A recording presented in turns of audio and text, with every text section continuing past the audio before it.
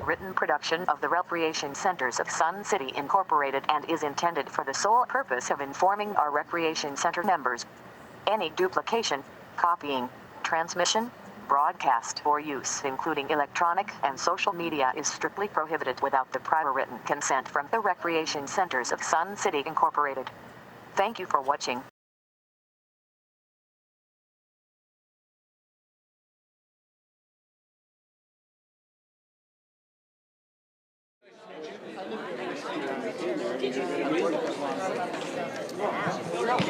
Good morning, everyone. It is 9 o'clock now. We like to try to get started on time, so if you'll take a seat, we will try to begin. Would you please rise if you're able, and we'll recite the Pledge of Allegiance. I pledge allegiance to the flag of the United States of America and to the republic for which it stands, one nation, under God, indivisible, with liberty and justice for all. Thank you.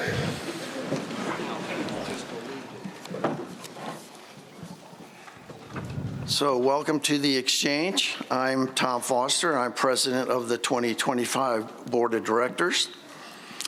This meeting is audio and video recorded by the RCSC management and staff. Please be advised there is to be no recording of this meeting by any individuals. Please take out your cell phones or electronic devices and check to make sure they're all in a silent mode. And I will probably get kicked under the table when we're done to make sure that I remind you to turn them back on. As we always do, we remind you that we do not tolerate verbal or physical abuse towards any member, any guest, any visitor, employee, or staff member. Violators will be asked to leave the meeting. I would now like to introduce the Board of Directors, our timekeeper, and our management personnel. Director Steve Collins. Hello, everyone. Director Rick Gray. Morning. Director John Brissett. Good morning. Secretary Connie Rickmeyer. Morning, everyone. Vice President Chris Nedesine. Good morning, everybody. Treasurer Anita Borski. Good morning. Director Preston Keiss. Good morning. Director Jim Ruff. Glad to see you all showed up. Okay, our timekeeper will be Secretary Rickmeyer. On the management side here, General Manager is Matthew D. Lazansky. Good morning. Support Finance Senior Leader Kevin McCurdy. Good morning. Facilities Senior Leader Mike Whipperud. Hello. Non-Golf Senior Leader Mike Diermeyer. Morning. Golf Senior Leader Brian Duthu. Morning. Assistant to the General Manager is Debbie Giles. Good morning. And the Board Coordinator is Marcia Johnson. Good morning. We also want to recognize Alan Kleinhans, Carla Young, Miguel Jackson, and Doreen Rafferty, who serve as our audiovisual engineers. I hope you picked up a document off the back table, which is the list of topics from the last meeting and things that we're still working on. We'll get to that here in a couple of minutes. Let me just kind of remind you of our ground rules here that change all the time, it seems like. But so we're still trying to work with this ticket number in the back here so that we try to be a little more orderly about how this works. So still have 3 minutes. You get a number, you come up in the order of that number. It's been suggested that we try that you hang on to your number. And once we've been through everyone has spoken once, then come back in the same order of the number you started with to try to keep, we had some issues last time about who should be coming up second. So if we still have the same order because you hang on to your number, hopefully that will resolve that situation. So let's try that today and see how that works. But we will still hope to get everybody through one time before we go to second chance for folks to speak. All right, so before we get going on that, Director Collins, you wanted to make an announcement? Yes, thank you. First, Brian Dufu, the last meeting I made a comment about growing grass that was inappropriate, and I apologize to you. One thing, everyone, this year, the golfing community, we raised all their prices. They went up quite significantly. But those guys, they went out and bought their own sign at the North Golf Course. I don't know if any of you have seen it. Beautiful sign. And the golfers paid for that themselves, above and beyond, just to try and make our community nicer. The COC has finally finished the template. Thank you, Larry Vos. I mean, he is unbelievable. He has helped and done so much on the template program. And the COCs will be getting it on Wednesday, and they'll be going out. I wanted to, the Sportsman's Club, they have started a blind archery. And it is quite amazing to go down there and see people that are literally totally blind shoot a bow and arrow and hit the targets. It's amazing. I mean, you got to go down and see it sometime. Also, the COC is going to miss Bernice Darish. She passed away. She'd been a longtime member of the community. We're going to miss her, along with Ben Roloff. We're going to miss him so much. And I wanted to thank the staff that works on our internet. They fixed the internet at Fairway. Thank you so much. The clubs are just enjoying it so much. Thank you, everyone.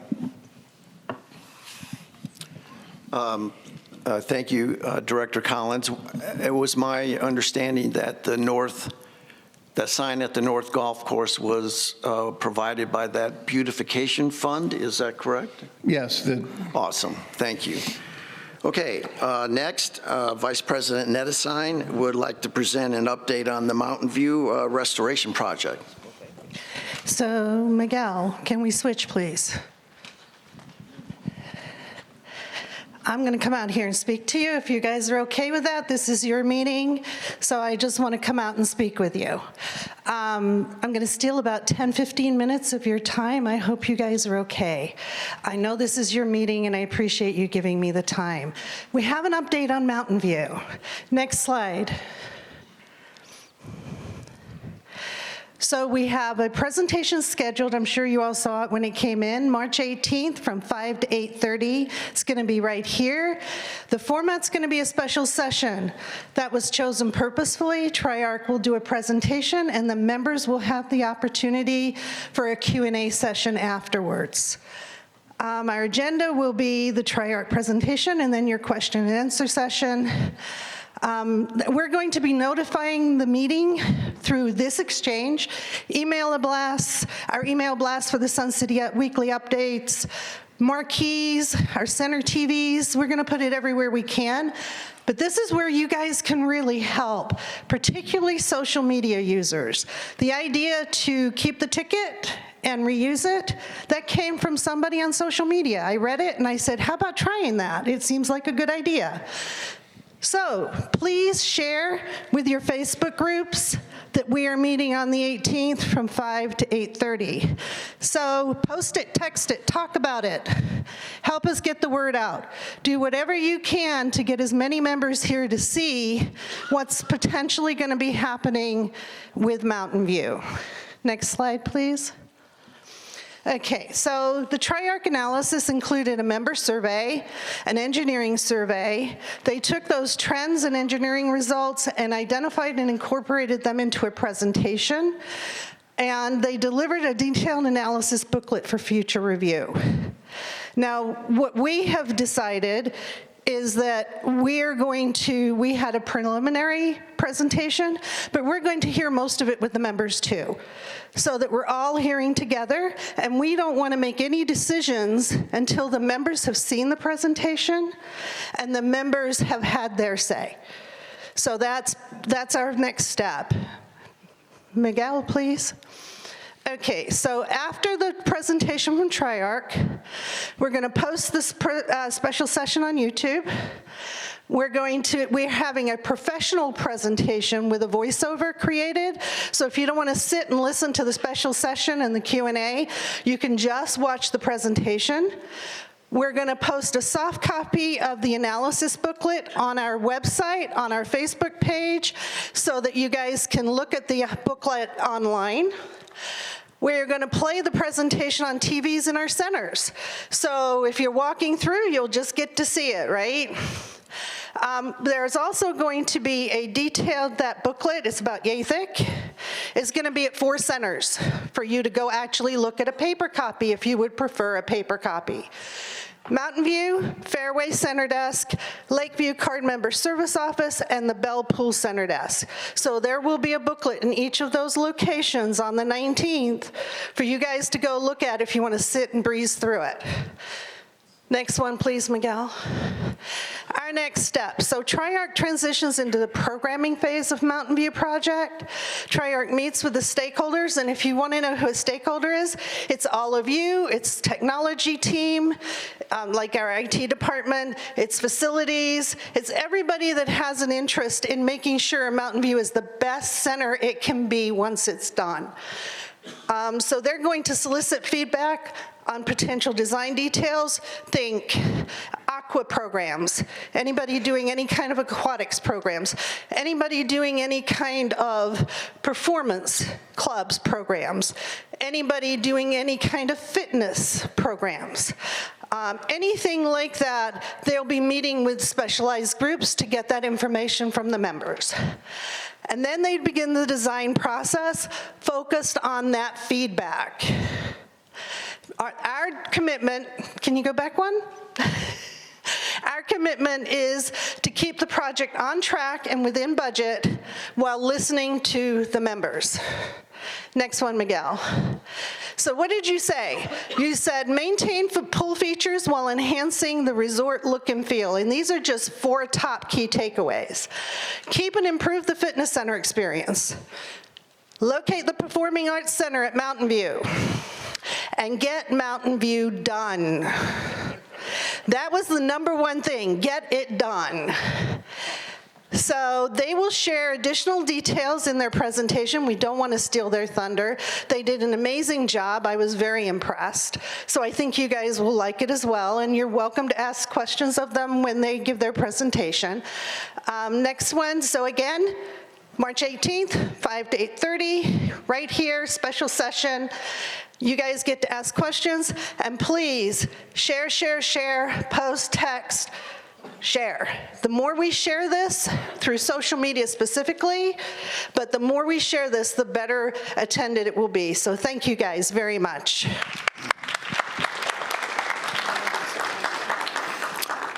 Thank you, Vice President Edison. That was very informative. I hope that it goes really well on the 18th. I think it will.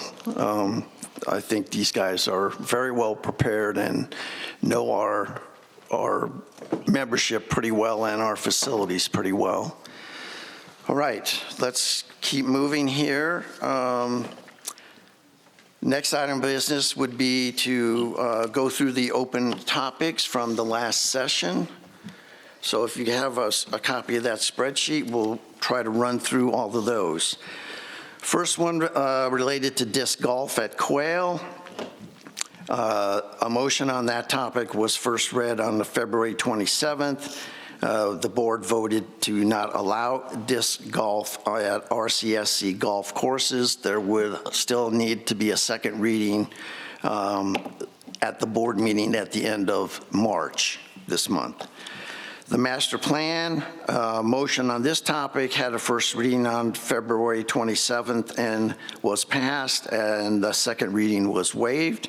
The Long Range Planning Committee is already at work on an RFI looking for potential vendors and the scope of work that will be needed for that master plan.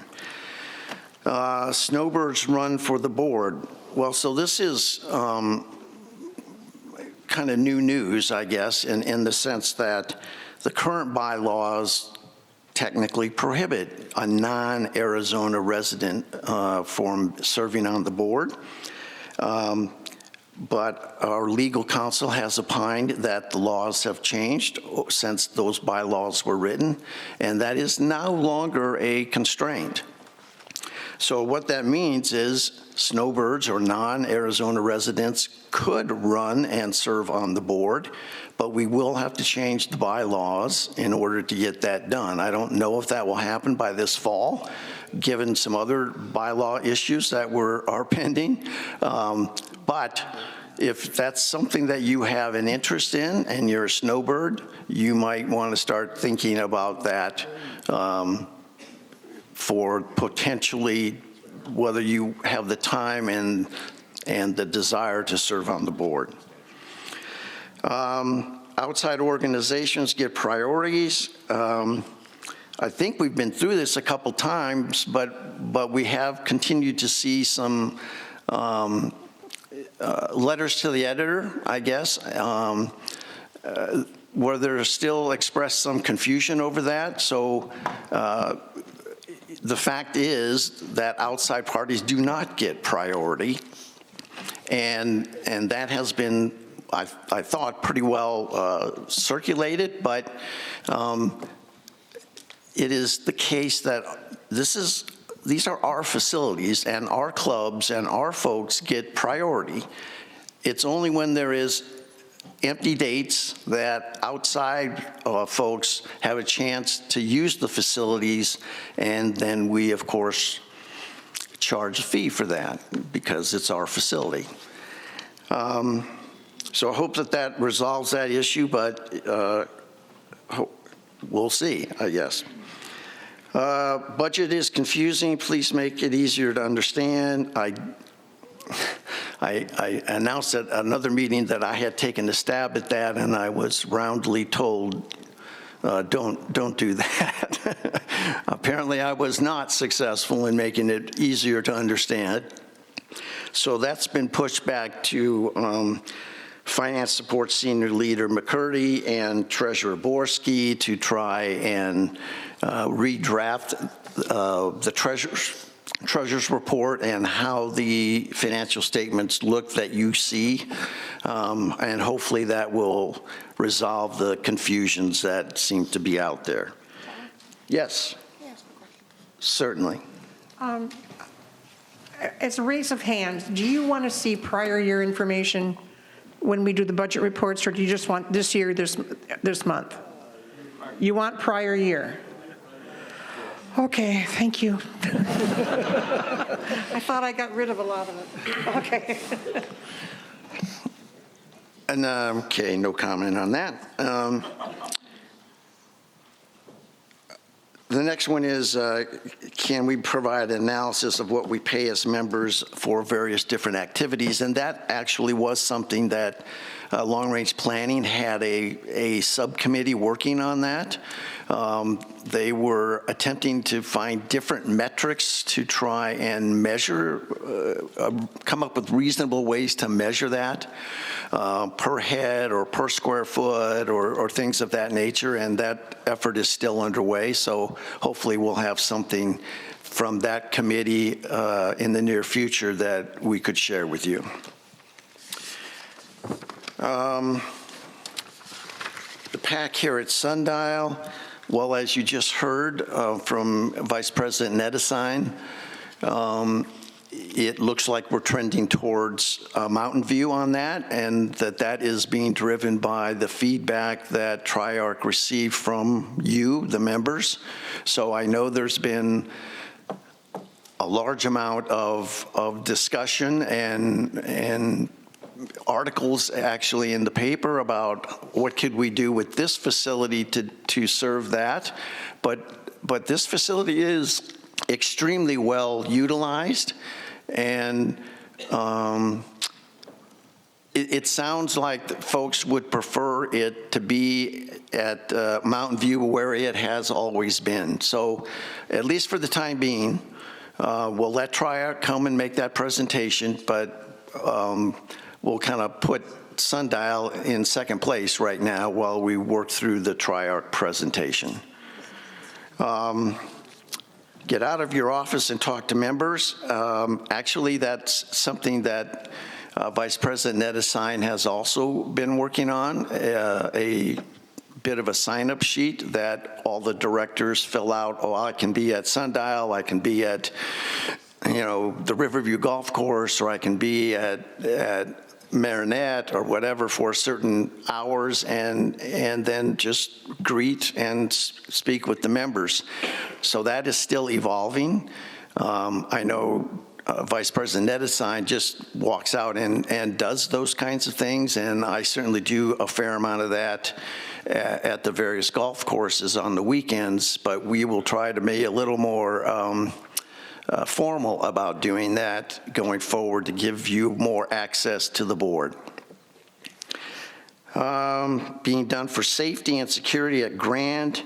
So as you've driven by there, you've no doubt noticed that there is a fence there now and a gate that is closed at night in order to try to deter folks just wandering through that property. There will be an effort to have the doors set up where you have to badge in, and I think the details of that are still being worked out. Yes. Be really careful. I was in the foundation office last week, and I almost got locked in. I didn't know the Grand closed at 4:30. I thought it was 5, and all of a sudden, one of the maintenance men comes in, and he says, "I'm locking the gates now."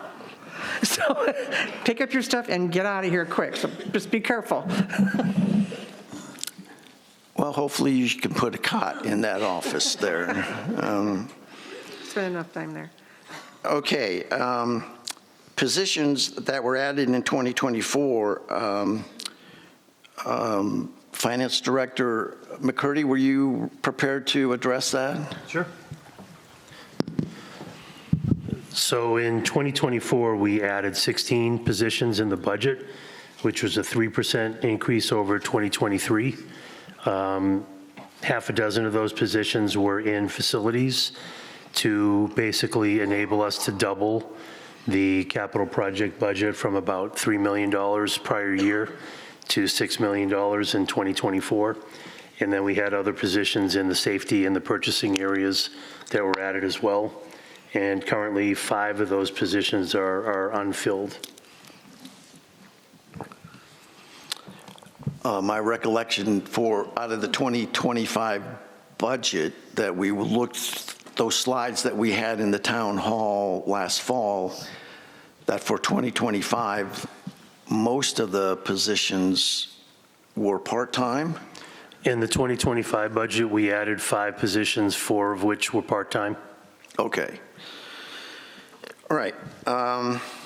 Billiards has requested covering 9 tables and needs new chairs. And then we suggested that they go to the COC to get in the capital project list. My understanding was some tables were covered in 2025, and that Mr. Diermeyer, you were getting some quotes on some chairs. Is that correct? Okay, thank you. Reword the will not tolerate signs.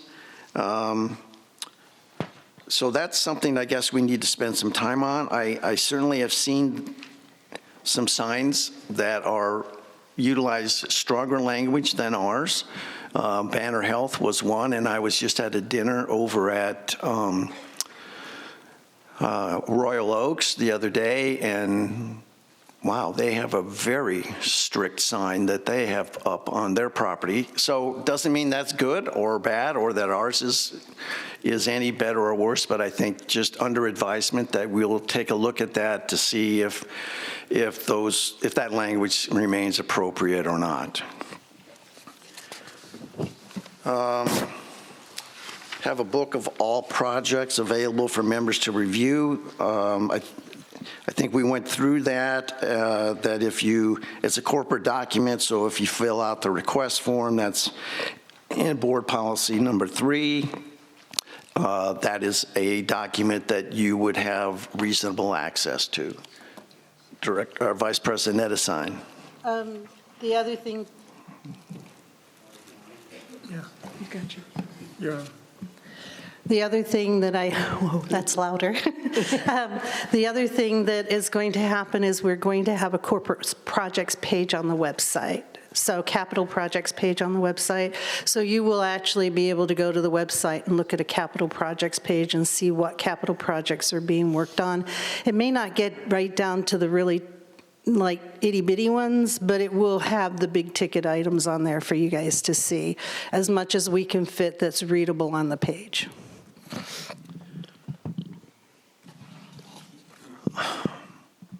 Well, I don't want to belabor that, but again, there are differences between the PIF projects and the SIF projects. The SIF ones are more these capital project items, of which there are dozens and dozens of them. And then the PIF projects are the ones that were on that 10-year PIF forecast that was looked at by the board last October, I think it was. So those are separate types of things using separate pools of funds. So what Director Nettesign was referring to is the latter one, which is essentially the SIF funds. Okay, the last item here to talk about is term limits on Gulf Advisory Committee. There are term limits, help me out here, Director Kais. There are term limits on serving on a Greens Committee. Are there term limits on Gulf Advisory? No, there are not, but they're all fed up through the Greens Committee. So as the Greens Committees turn over and elect new people, they can also elect people to be on the Golf Advisory Committee since they feed into that. Additionally, the Sun City Men's Golf Association and the Women's Umbrella elect new members annually to lead them and to come into the Golf Advisory Committee. So most of those all turn over depending every year. So that we can get new voices in there. So there is some turnover.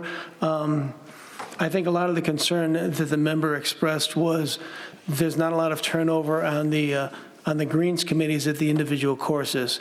A lot of that, unfortunately, has to do with lack of representation. Sometimes they don't have more than 2 or 3 people that actually volunteer to be on the Greens committees, and that makes it more difficult. Now, granted, this is getting better. It's gotten better in the last year because they've been actively recruiting. But there is turnover. It just probably isn't as much as the member wanted to see. All right, thank you. President Foster? Yes. The 2025 capital project list is on our website already. Oh, excellent. Under finance info. I recall that now. Thank you for reminding me. Okay, I think that concludes review of that spreadsheet. So we're ready to open the floor for your comments. So Secretary Rickmeyer, are you ready to start calling numbers here? Number 53. Wait a second. What, Jean? When I entered the building this morning and the machine was out, and I believe Marcia was here and a couple others, I got number 51. Okay, I'm going to blame that on Mr. Diermeyer because he pulled another number, so. Were you testing the machine there, Mr.? I see. Okay, so. Okay, so you have, Mike, you pulled 52, right? 53. 53? Yeah, I pulled 52. Someone has 53. Okay, all right. So you can tell this is still a work in progress. Jean, number 51. Okay. Oi. I'm sorry. Well, we did discuss the 3 minutes earlier, but the thought was just go ahead and make your comments. The clock will just keep running, and when your 3 minutes are up, we'll have hopefully transcribed the questions that you have asked, if any, and try to respond to them after your 3 minutes is expired. Right? Yes. All right, thank you. Thank you. Jean Totten, number 148753. Sometimes I feel like I've got that Linus cloud above my head. Thank you for giving us an agenda for tomorrow evening. It's not the agenda that we all wanted, but at least we have one. But I noticed that we're done at 8:30. I guess Sun City does roll up its sidewalks early. Some have expressed their in regards to the agenda, I was concerned over whether or not members were going to speak, and so it looks like we will have the opportunity. As you know, I've been collecting petitions right here, and a lot of people have, some people have expressed their feelings regarding the general manager as let's give him a second chance. If I count the chances thank you. If I count chances, he's already shown: 1, the library fiasco; 2, abrupt closing of the dog park; 3, withdrawing punch cards; 4, moving a desk at Fairway for a fund of over $85,000; 5, abruptly stating that the visitor center needed to be moved. And so I don't know how many chances we need to give him. We've entrusted all of you members to make smart fiduciary choices for us here in Sun City. Many, many members do not agree with all the chances that you've given him, as you can see. Early on in this endeavor, Matthew, good morning, came upon me soliciting it for signatures at Fairway, and we exchanged greetings with each other, and he said, "Hey, what are you doing?" And I gave him the same spiel that I gave everyone. I told him the truth. I told him I was soliciting signatures to ask the board, because that's all we can do is ask the board to please replace the general manager. He said, "Hey, great. Where do I sign for my retirement?" He didn't say that just once to me. He said it twice. Thank you.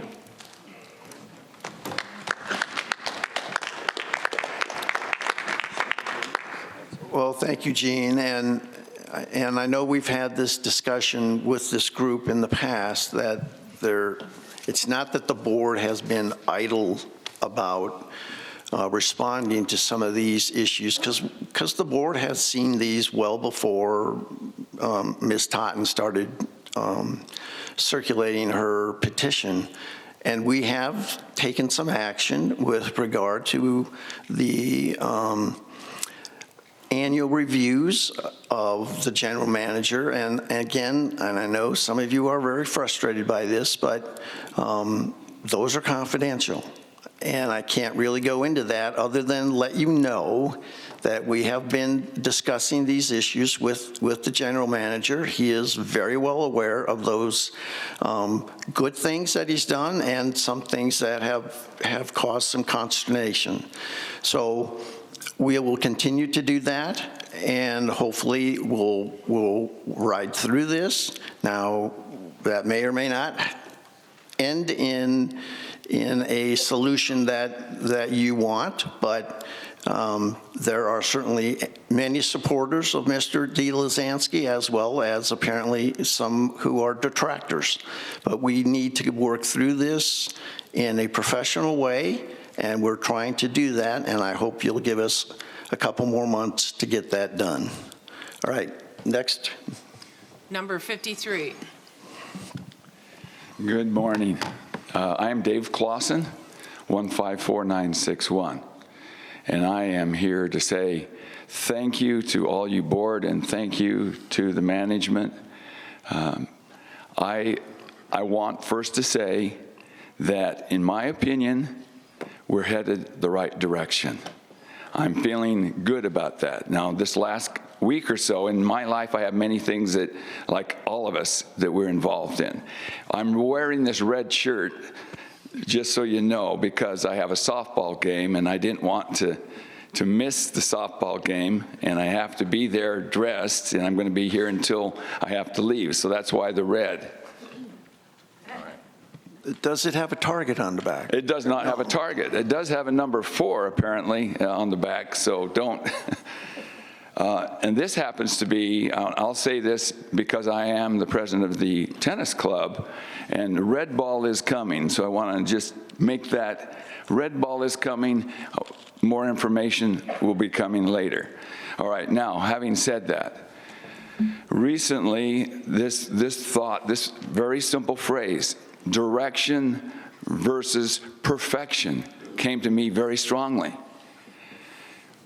Turning direction, moving toward the right direction is wonderful, but that still doesn't mean we're perfect. Direction versus perfection. We don't ever expect to be perfect in anything we're doing here. Families, government of a community board or city or state or country will never be perfect, but if we're going in the right direction, I think we're doing the right thing. And I have a good feeling about this board. Director Nedesheim, thank you for that presentation. Very well done, very professional.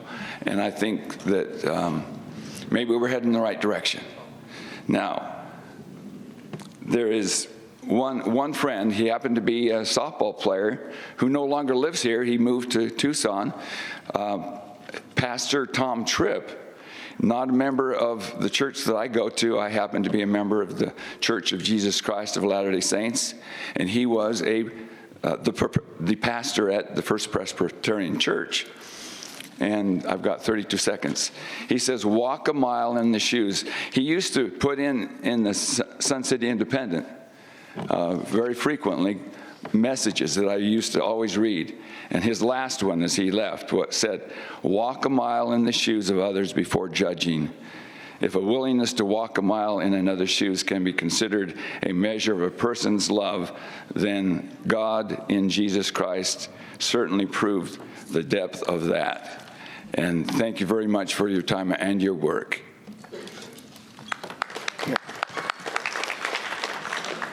Dave, years ago, when I was still playing football, I had a coach who used to say, you know, we strive for perfection, but that's impossible, so we're going to settle for excellence. And that's kind of why I ended up being the model for wearing a visor and holding a clipboard on the sideline. Didn't quite have the arm to play quarterback, so just charted a lot of plays. But I understand where you're coming from, and I applaud that, so thank you. Okay. Number 54, come on down.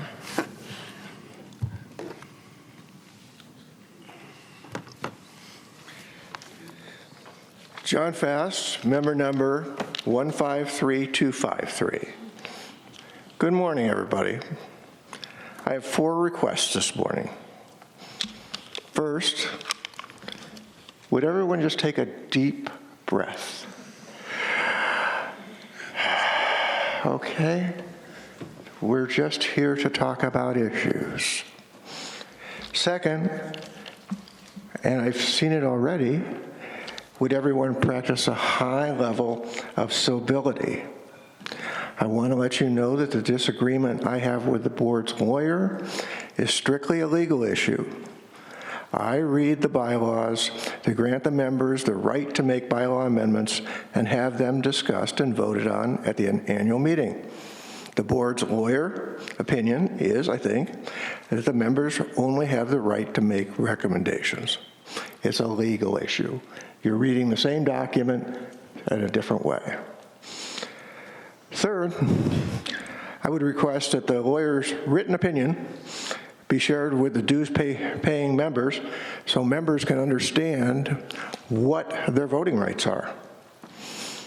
Fourth and finally, I request that the board consider the reputational risk of its proposed actions in not allowing members to vote at their membership meeting. I think if we drop the legal mumbo jumbo, the issue comes down to reputational risk and trust. Thank you.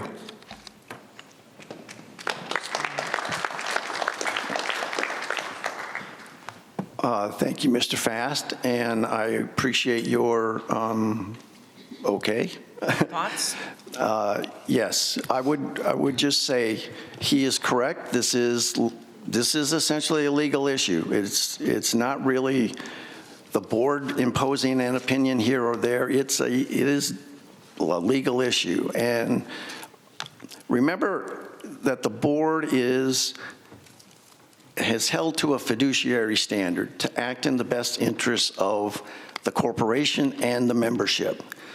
When the board's legal counsel tells the board this is an action that is in the best interests of the membership, were the board to not follow that advice, they would likely be in breach of a fiduciary duty. So the board is in a position where we simply must follow legal advice. And while Mr. Fast does not agree with that advice, and I respect his opinion, we are in a position where we have to follow that legal advice, and we will work through this situation. It's going to take some time, but we'll get it straight and we'll get it right. And hopefully this will clear up as all of these issues get vetted. But at the moment, we have to follow the advice of our legal counsel, and it is a fiduciary situation for the board members. They simply have to take this position, or they would be likely accused of a breach of their fiduciary obligation to you, the membership. So whether you agree or not with the position the board has had to take, it's just a legal issue that has to be vetted out, and it's put the board in a difficult spot, but the board will do what it has to do in order to get this resolved. Okay, wasn't going to make that speech, but there we go. Next. Number 55.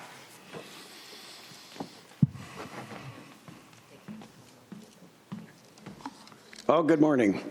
I was unaware that we were going to talk about Mountain View in such a thorough... Name and number. Oh, Jim Kepler, 127409. Thank you. So I was pleasantly surprised to see what we're finally moving on Mountain View. I was involved in the very first planning committee, and I think we are talking about 2018. Here we are, 2025, and we really are finally getting serious about doing something. So congratulations on that. I was also involved in the second advisory committee, and that's really where I'd like to address my concern. We had a board member that, in my opinion, was not looking out for the interest of the community. This person was strictly pickleball, pickleball, pickleball, to the point where it was almost an obsession. It's great that we have members on our board that golf or play baseball, because it brings some information that maybe the rest of us don't understand. But when we had such a blatant attempt to shove pickleball into everything, it really concerned me that the board was not acting to put this person in place. That was not appropriate for the board to be so opinionated about one topic when you're supposed to be looking out for all of us. So I'm looking forward to the March 18th information, and I'm hoping, and I know we've had multiple people being able to testify, and here we are still today, nowhere. So I'm hoping that with one more round of people testifying. But the problem is, when we get all these people in here testifying, you're going to get 50 people testifying, and you're going to get 25 different opinions. And that's the way it's always been. I hope we can come to a consensus that it's time to get moving on Mountain View. We'll be looking forward to this. And I thank the board for finally getting us somewhere where maybe this thing can get going. Thank you. Thank you.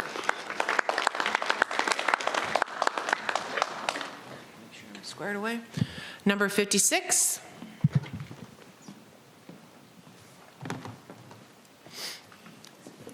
And by the way, if you have like 57, 58, feel free to come sit up front. That way you're prepared. Brenda Frank, 149988. And I just want to start by thanking all the members of the board because you guys have a very difficult job. No matter what you do, there's going to be a certain percentage that screams bloody murder that you're on the wrong track, and I understand that. I don't agree with everything, but I recognize that you're doing the best you can for the entire community, and my own personal priorities might not be those of everyone. So thank you very much for your work and the time and the blowback that you get. I'm not signing up for your job, just saying.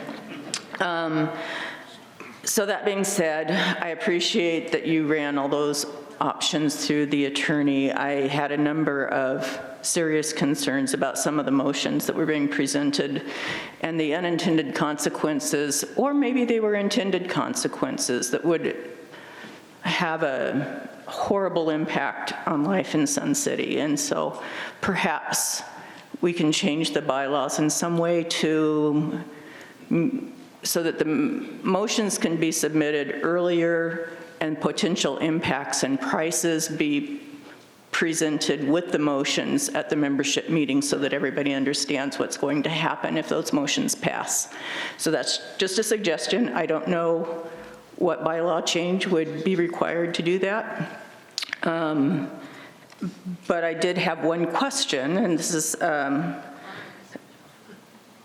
in regards to... Oh, sorry. Oh, I pressed the button, it didn't start. You're at 123. Okay, thank you. I understand that there's going to be, that Willow Creek parking lot is scheduled to be repainted, the lines, and I just want clarification. Is that the automobile section up front, or are you doing something with the golf cart section in the back where there are no lines at all? And also, does that include any kind of finishing or repaving, because that parking lot in the back is crumbling? There's sections of the cart path that have gone from blacktop to gravel on Willow Creek between the 9th Green and the clubhouse. It's deteriorated to just gravel. And so I just wanted clarification as to what work is going to be done there. Mr. Ripperud? Oh, okay. Yeah. Thank you. We put in new lights out at Willow, and so to do that, we had to remove some asphalt and stuff, so that's going to get repaired. There is a general repainting of lines that's going to happen, but as far as creating new or different situation, no, it's going to be the same, just fresh paint. And repaired. And repair, but not repaved. We're not talking about repaving here. Well, I recall that especially the Women's Golf Association wanted those lights for a number of years, because as they came in for early morning rounds, especially this time of year, it's still pretty dark, and that parking lot was extremely dark. I was very sympathetic to that position, that they wanted some lights there, and so part of that parking lot has been lighted in response to that as a safety measure. So I hope that satisfies and meets the need of those for a safety concern, and they have good access then from where those lights are up the hill there to the pro shop. All right. Next. Number 57.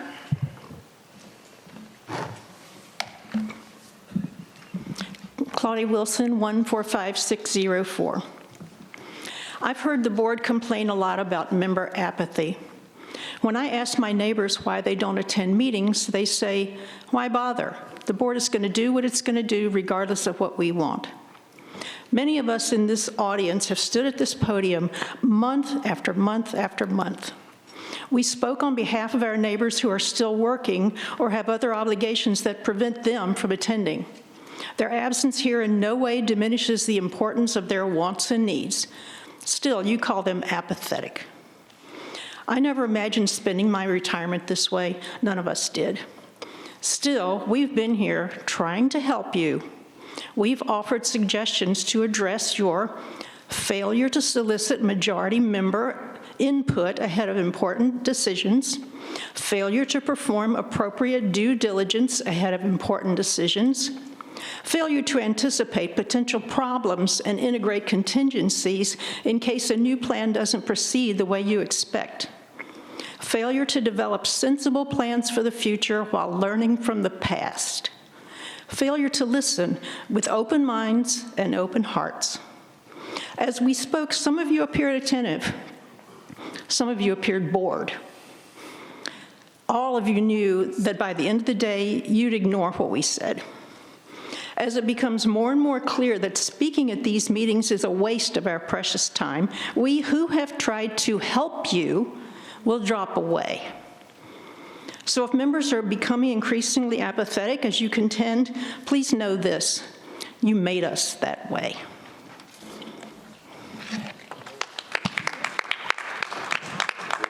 Director Collins, did you wish to respond? Yes, thank you. Ma'am, you may not notice it, but we have changed a lot of things. I have a meeting on the 25th of this month. It's the second one ever that all the clubs are invited, the presidents and someone else, and they come in and we will listen to any complaints they have and we will try to change things. We did it last year for the first time, and they liked it, and they asked if we would continue. So we are trying to listen and trying to get the input from you and follow through with it. A lot of BP 12 was changed last year upon the advice of the people. It wasn't what we wanted, all of it. It was the members, what they wanted. So we are trying it. We may not be moving as fast as you think, but we're trying. Thank you.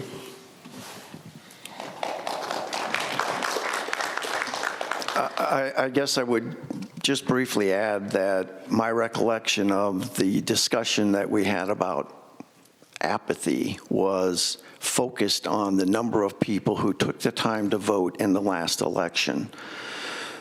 It was not intended to be a condemnation of how many people came to exchange meetings or board meetings or anything else. It was just a fact of the relatively low turnout for the board elections. Now, there may have been other reasons for why that happened, and we're certainly looking into maybe different ways to run those elections to try to improve the turnout and get more participation.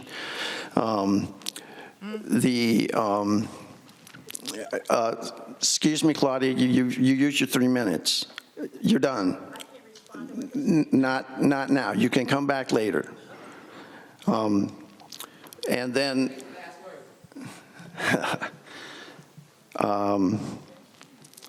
Let's just go on. 58. okay, go on to the next number then. Number 58.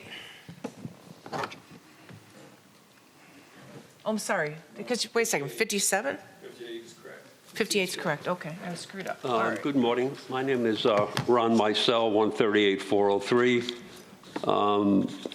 I've been up here many times talking really about the same thing. We play golf over at Willowbrook on Saturday, and that course was in incredible shape. Again, wide is one course, and South also is in good shape, but Willowbrook was just like crazy. The greens, the fairways, no yellow. Why can't the rest of the courses just follow? I don't understand. You guys should go out there, drive around Willowbrook, and then go to Willow Creek and go to Lakes West and find out why the quality is poor on the other courses. And the prices keep going up every year, and I've come here every single year to tell you guys that the quality has gone down each and every year that I've come up to the podium here.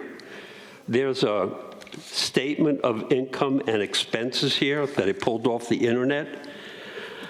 I don't know what it means, but it shows that we're like $100,000 down for the month of January. And I'd like just some sort of understanding of what this is and why are the rates going up and players are not playing here. Who wants to come and play at Lakes West? It's a horrible golf course. Who wants to play at North? It's like hitting off of this concrete here. It's not even fun. In fact, if North comes up on my lottery, I won't even play there. I'm afraid of hurting my wrists. So something needs to be done because, like I said, I've come up here time and time and time again, and we've only gotten worse. Every time I've come to the podium, I come up here and tell you things haven't gotten any better. They've only gotten worse. Thank you.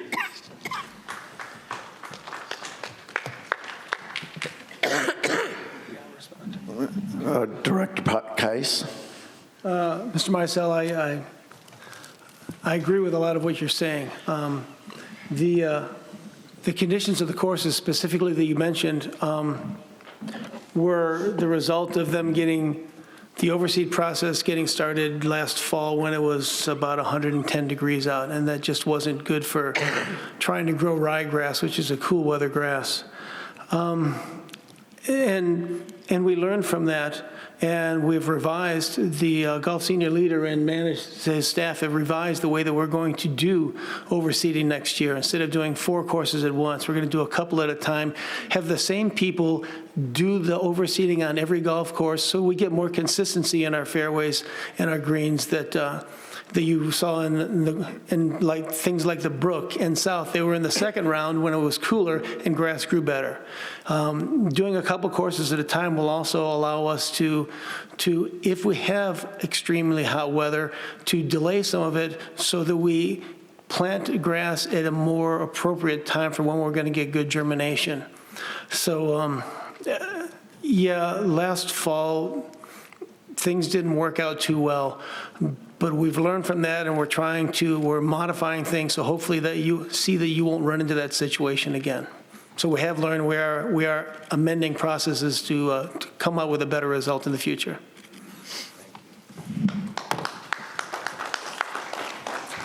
'59. Good morning. Barb Taylor, 167763. At the December 9th exchange meeting, it was requested that the board consider resurfacing the pickleball courts at Mountain View ahead of the renovation. And Director Ruff responded that he anticipated that project beginning in spring. Now, I realize spring isn't until March 20th officially, but aside from that, Director Ruff, you also, and I quote, "I promise it will be done." And Mr. Dulazansky, you said it could be done sooner if weather permits, and it would be taken care of as a pop-up project. Would you please provide an update where this project sits? Has there been any additional discussions, planning, estimates, contracts? I mean, I totally get it that the delays in holding off until the renovation decisions have been made, but we are way beyond that. I play exclusively at Mountain View, and I don't think there's a day that goes by where comments are made about the conditions of the courts and continual hopes that we have the long overdue maintenance being done. So can anyone speak to that? Mr. Whipperud? Yes, ma'am, absolutely can. The work is going to happen in April. It's not going to happen sooner because the pickleball club had events or whatever, so we work in concert with when the schedule they want to do it. We have a signed contract with Elite Sports court builders to do those 7 courts at Mountain View. Don't have the specific dates, but we're negotiating with those guys, and it's going to be in April. Thank you.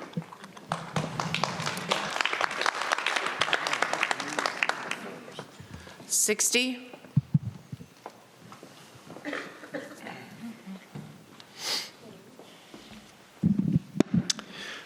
Patrick Gannon, 150056.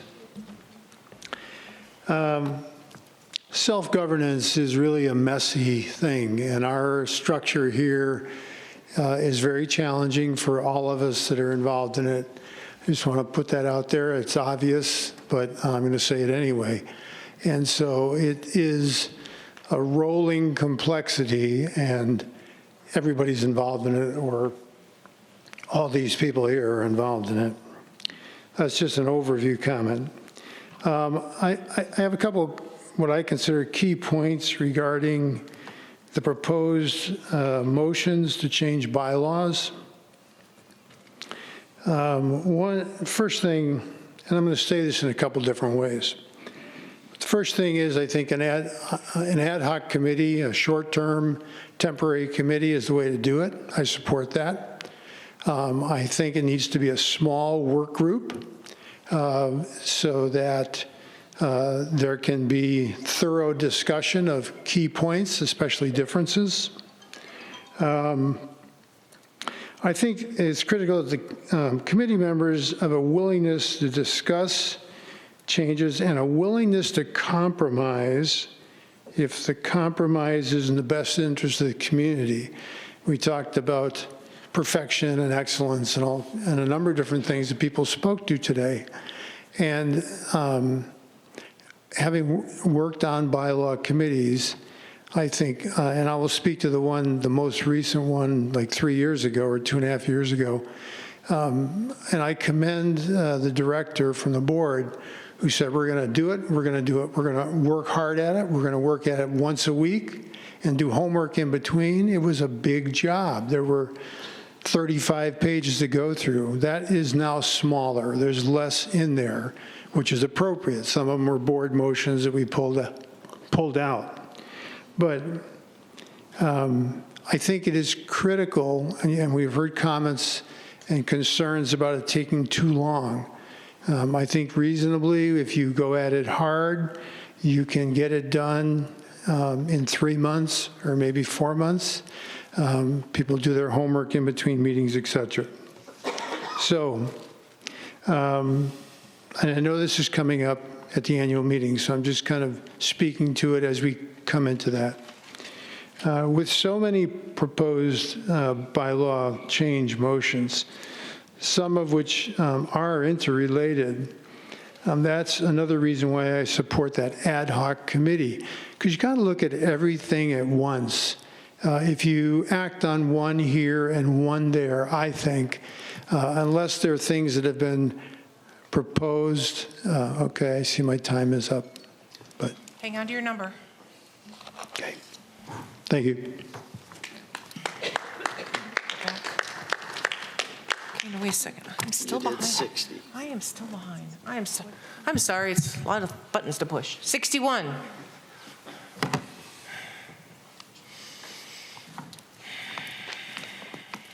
Janet Curry, 155488. And I agree here with our softball pro that we owe you a big thank you. And that includes the staff. I know you all work very, very hard and try to make the best decisions for all of us. I came up here a month or two ago and talked about the waterfall, requested that the waterfall at the Lakeview, the Hillside Park, is not working. I was told that they're rebuilding their parts, and that the pump is 60 or 65 years old, $50,000 to buy a new one, so they're rebuilding the parts. Well, I hope it works. I think that was done last year, and then it's not working again. Okay, I'm wrong on that. Thank you, Connie. Please put a new pump on the budget for replacement. I think that is essential. And if you have a rolling replacement, figure the next one's going to last, 30, 50 years, something like that. So anyway, I know you can't do it right now because the money may not be there, but I hope it gets done. I would like to say that I strongly disagree with the person who came up and said that you are not listening to people, that you just do what you want. I have seen the opposite. I think you are listening. I think you are listening to both sides and weighing the pros and cons and making a decision. Compromise is essential in life, which is what Mr. Gannon spoke to, and I think you find that. I know you work hard, all of you. You put in a great deal of time. If I say, I want something done this way, and our softball pro says, no, let's do it this way, and you do it his way, I can't get up here and say, you're not listening to us, because you did, but you have to make a decision. And I applaud you for the decisions that you make. Maybe not all be right. I'm not happy with all of them, but thank you. Kind of like what he said, one of the things I live by is progress, not perfection. As long as we're moving forward and taking the steps, I think that's good. Another quote I'd just like to say, I don't know who said it.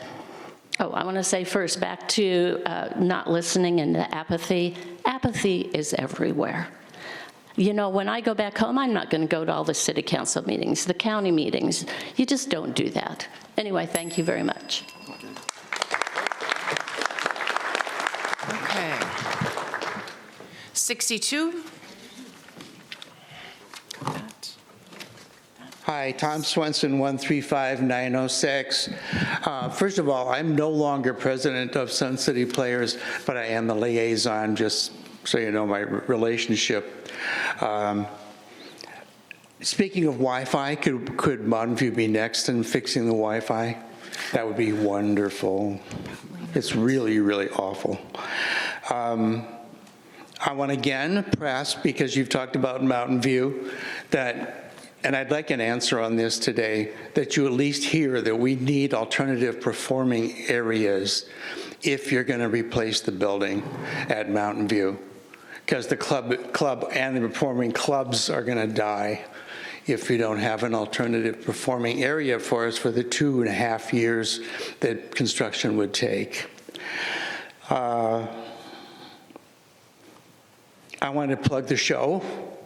This weekend, we open 1940s Radio Hour, and tickets are going fast, but there's still good seats available. So we hope to see you there. Lastly, I played softball. I played tennis. And I want to take a little issue with what you said, because I've also bowled. So it's fine to walk in another person's shoes, but spray disinfectant in them first.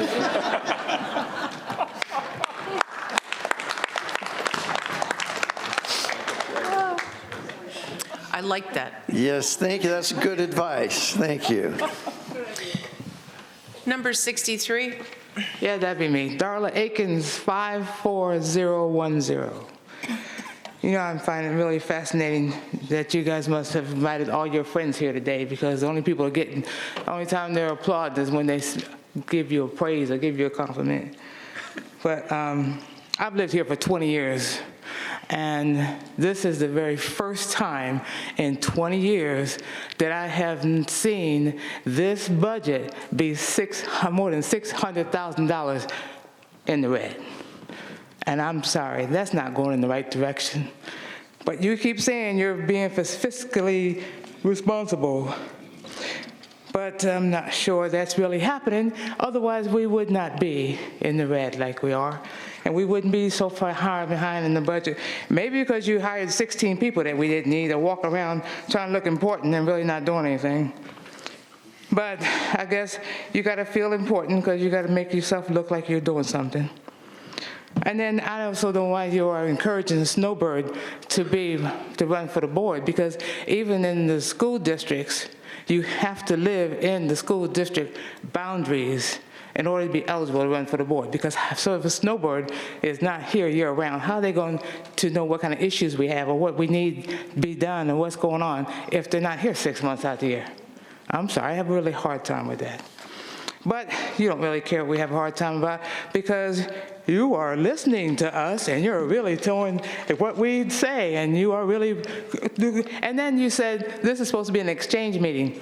But then when Claudia wanted to get up and say something about or respond to something you said, you cut her off because why? You want to have the last word. But this is a board member exchange. Exchange means you're supposed to go back and forth, not you guys have the last word. Sorry.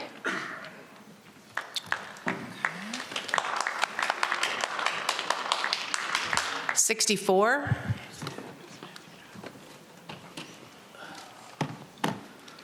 Good morning. Ed Van Ness, 116313. Right. I didn't come with the intentions of speaking this morning, but, you know, defining fiscal responsibility, the fiduciary responsibility of the board, that's a fine line to walk. It's hard to do what you do and keep the corporation in mind, but the people sitting out here are part of the corporation that sometimes we don't seem that we get the consideration necessary. And the other thing I wanted to mention about the bylaws, as Pat Gannon said, about 3 years ago, there was a number of people that sat for months on end reviewing the bylaws. They had a pretty good pack together. My suggestion, maybe you might go back and look at what they did. I'm sure it's someplace in your records. And maybe instead of reinventing the wheel, looking at what they did and what they accomplished, I thought it was very, very good job. They spent a lot of time. I know Pat made several trips back and forth because he wasn't here in the summer. But you know, I just think rather than reinvent the wheel, why don't you go back and look part of your history that people have put their time in. My wife spent a lot of time on that board, that committee too. So, you know, just consideration of looking what has happened already, maybe it might make your job a little bit easier. Thank you. Director Ruff. Ed, I'm with you. And we started last year when we were reviewing the bylaws with that document. So it has been incorporated in many of the changes we made last year. And we'll also look at it as we go forward with the ad hoc committee this year, too. We will. Thank you. 65.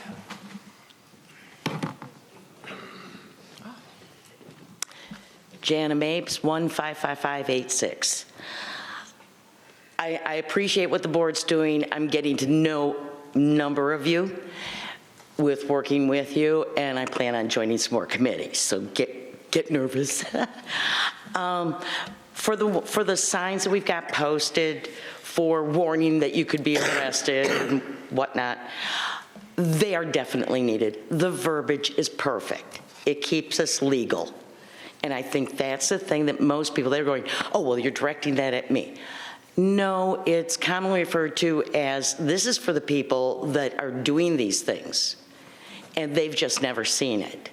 So I think they're great. I mean, the one meeting room has 4 of them in it. I think they really want to make sure you stay calm in there. As for getting people to come to the meeting for tomorrow evening or being involved, you can lead a horse to water, but you can't make him drink. And that's what we're trying to do.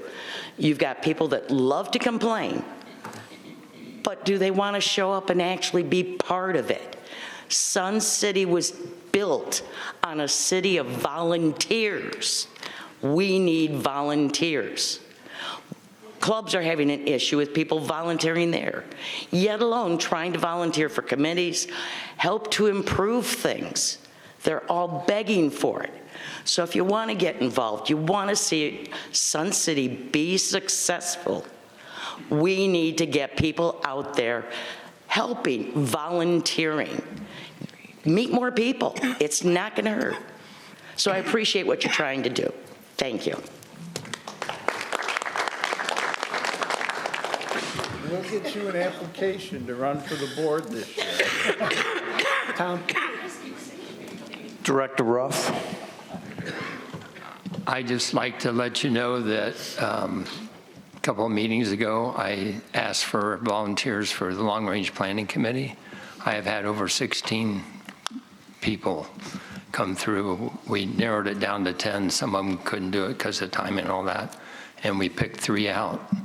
And we're just delighted with that response. Thank you. Number 66. Good morning, Lori Ellingson, 133335. First of all, I am happy to hear that we will be having a meeting on the 18th with Triarch to discuss Mountain View. My one suggestion that I mentioned at a communication committee meeting was that these announcements would be better received by the entire community if they were announced last night at the Sun Bowl, where you had over 1,000 people, if they were announced on Wednesday evenings at Sundial when we have the special tribute bands, and if they are announced at larger events such as the bingo night, that's where you will get more attention from the rest of the membership. And word of mouth is much, much better than posting it here at the meeting where you only have a few amount of people. So that would be an excellent suggestion. So I'm going to start with a quote by Edmund Burke. He stated that all that is required for evil to triumph is for good men to do nothing. The stakeholders that submitted motions for the annual membership meeting are doing so for the betterment of Sun City. Many have recognized necessary changes in our bylaws and articles of corporation and are trying to make changes for the good of the community as a whole. Many people in Sun City are able to see the big picture of how the community is meant to be run for the good of all, and how decisions that are made today will affect those living here tomorrow. Our entire governing system is flawed, and there needs to be a change in how our community is self-governed.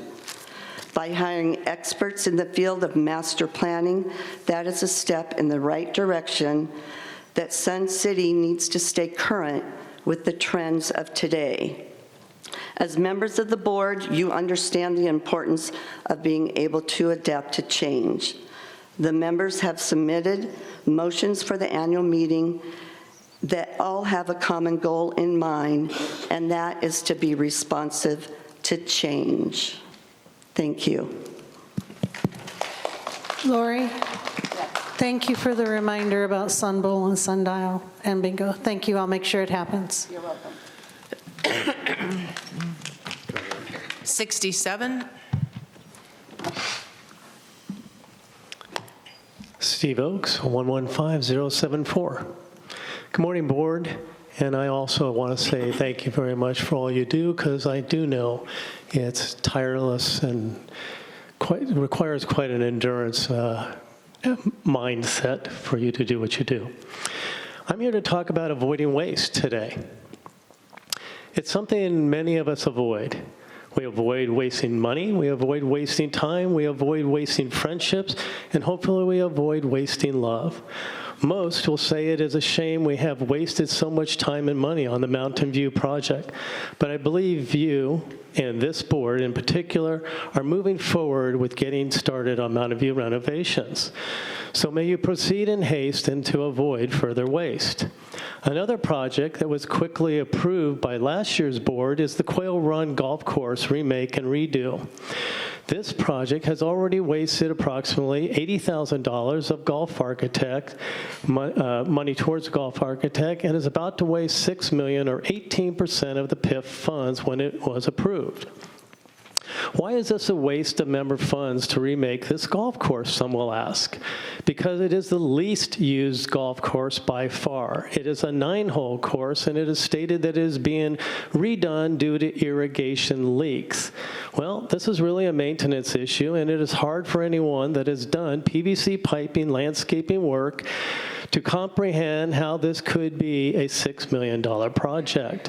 When using artificial intelligence to check on installing irrigation for a 9-hole golf course, Gemini, Google AI assistant, states that in Arizona, a new 9-hole golf course irrigation system costs $2,600 per sprinkler, depending on the layout, 225 to 450 sprinklers at an investment cost between $585,000 and $1.17 million. As you can see, this is a far cry from $6 million. While some don't like or want to use AI for guidance, it is the future, and we cannot avoid any more than we could avoid the internet some 25 years ago.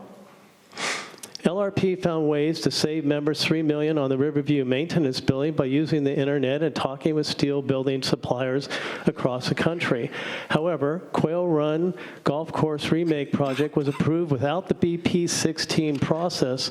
Last year's board's widely used, looking at the time there,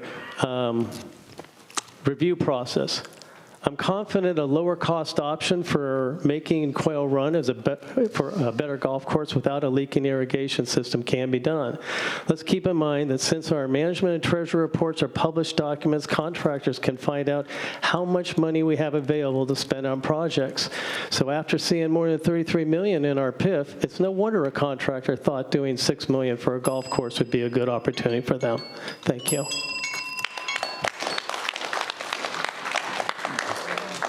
You want to respond? All right. Go ahead. Susan Bjork, 112650. Hang on a sec, Susan. I'm sorry, Susan. Coughing got in the way. It's okay. And while Dave just left, I will say that we are not to judge. God is our judge. But we are supposed to use good discernment and also financial stewardship. So that's what I think is sometimes missing here. But I'll echo Steve. I know this is not a hard, or this is a hard job, but I got some statements, and I know some of you have heard them, and I'm probably an irritant to most of you, but I think they're important. First off, with regard to the annual membership meeting, and I think I've mentioned this, the communication came out earlier than needed, and I know that there were 21 motions submitted. Now, some of those were duplicates from, meaning not duplicates, but from one individual, and I think that had you gone back out to the individuals and spoke with them about the concerns, that may have been another way to address it, because here we are now, and it's really unfortunate because we feel like our meeting has been hijacked. And the other alternative would be go through the motions, then make your assessment to say, now we're going to take them under advisement. That would have been another way to avoid the consternation. You're using an attorney that I know past board members have had a concern with based on the 2021 meeting, and I understand the 2020 meeting because I wasn't there for that one. But again, most people in a profession are doing the best they can with the information and knowledge that they have. It's only one opinion. So it's just sad, and I hope that you start looking at some of these things. The other thing is the communication. This communication got out wide and far because a lot of people are now engaged because of this, and then you put in the Sun Views a big ad indicating how to get your proxy back, which I have somewhat of a consternation about that because we're all adults, and most of us are good people and want people to show up for the meeting versus take their proxies.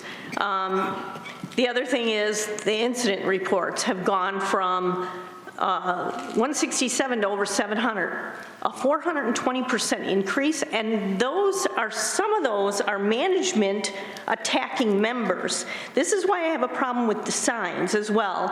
And Tom, you mentioned that some of the problems were substance abusers. Those are not Sun City residents. Figure out a way to deal with them. I think we want a message that's welcoming versus, and I've already said what that suggestion was. And if we don't have it in the budget, we didn't have it in the budget last year. So I'll come back up with my rest of my statements. 68. I'm already, is that right? Oh, 69, I'm sorry, 69. Bernie Casola, 149034. And this, what?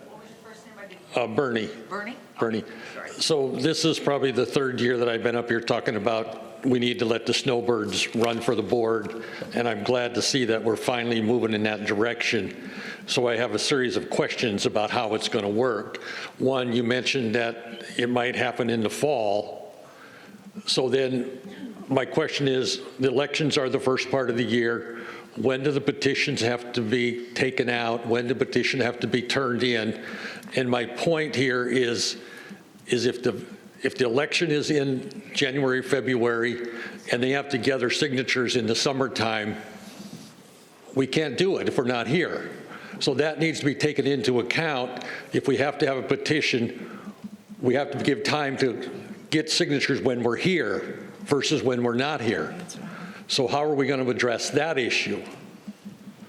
And my second point is we live 99 in Union Hills, and for us it's frustrating because Marriott Center, the last part of February, has this pickleball tournament there.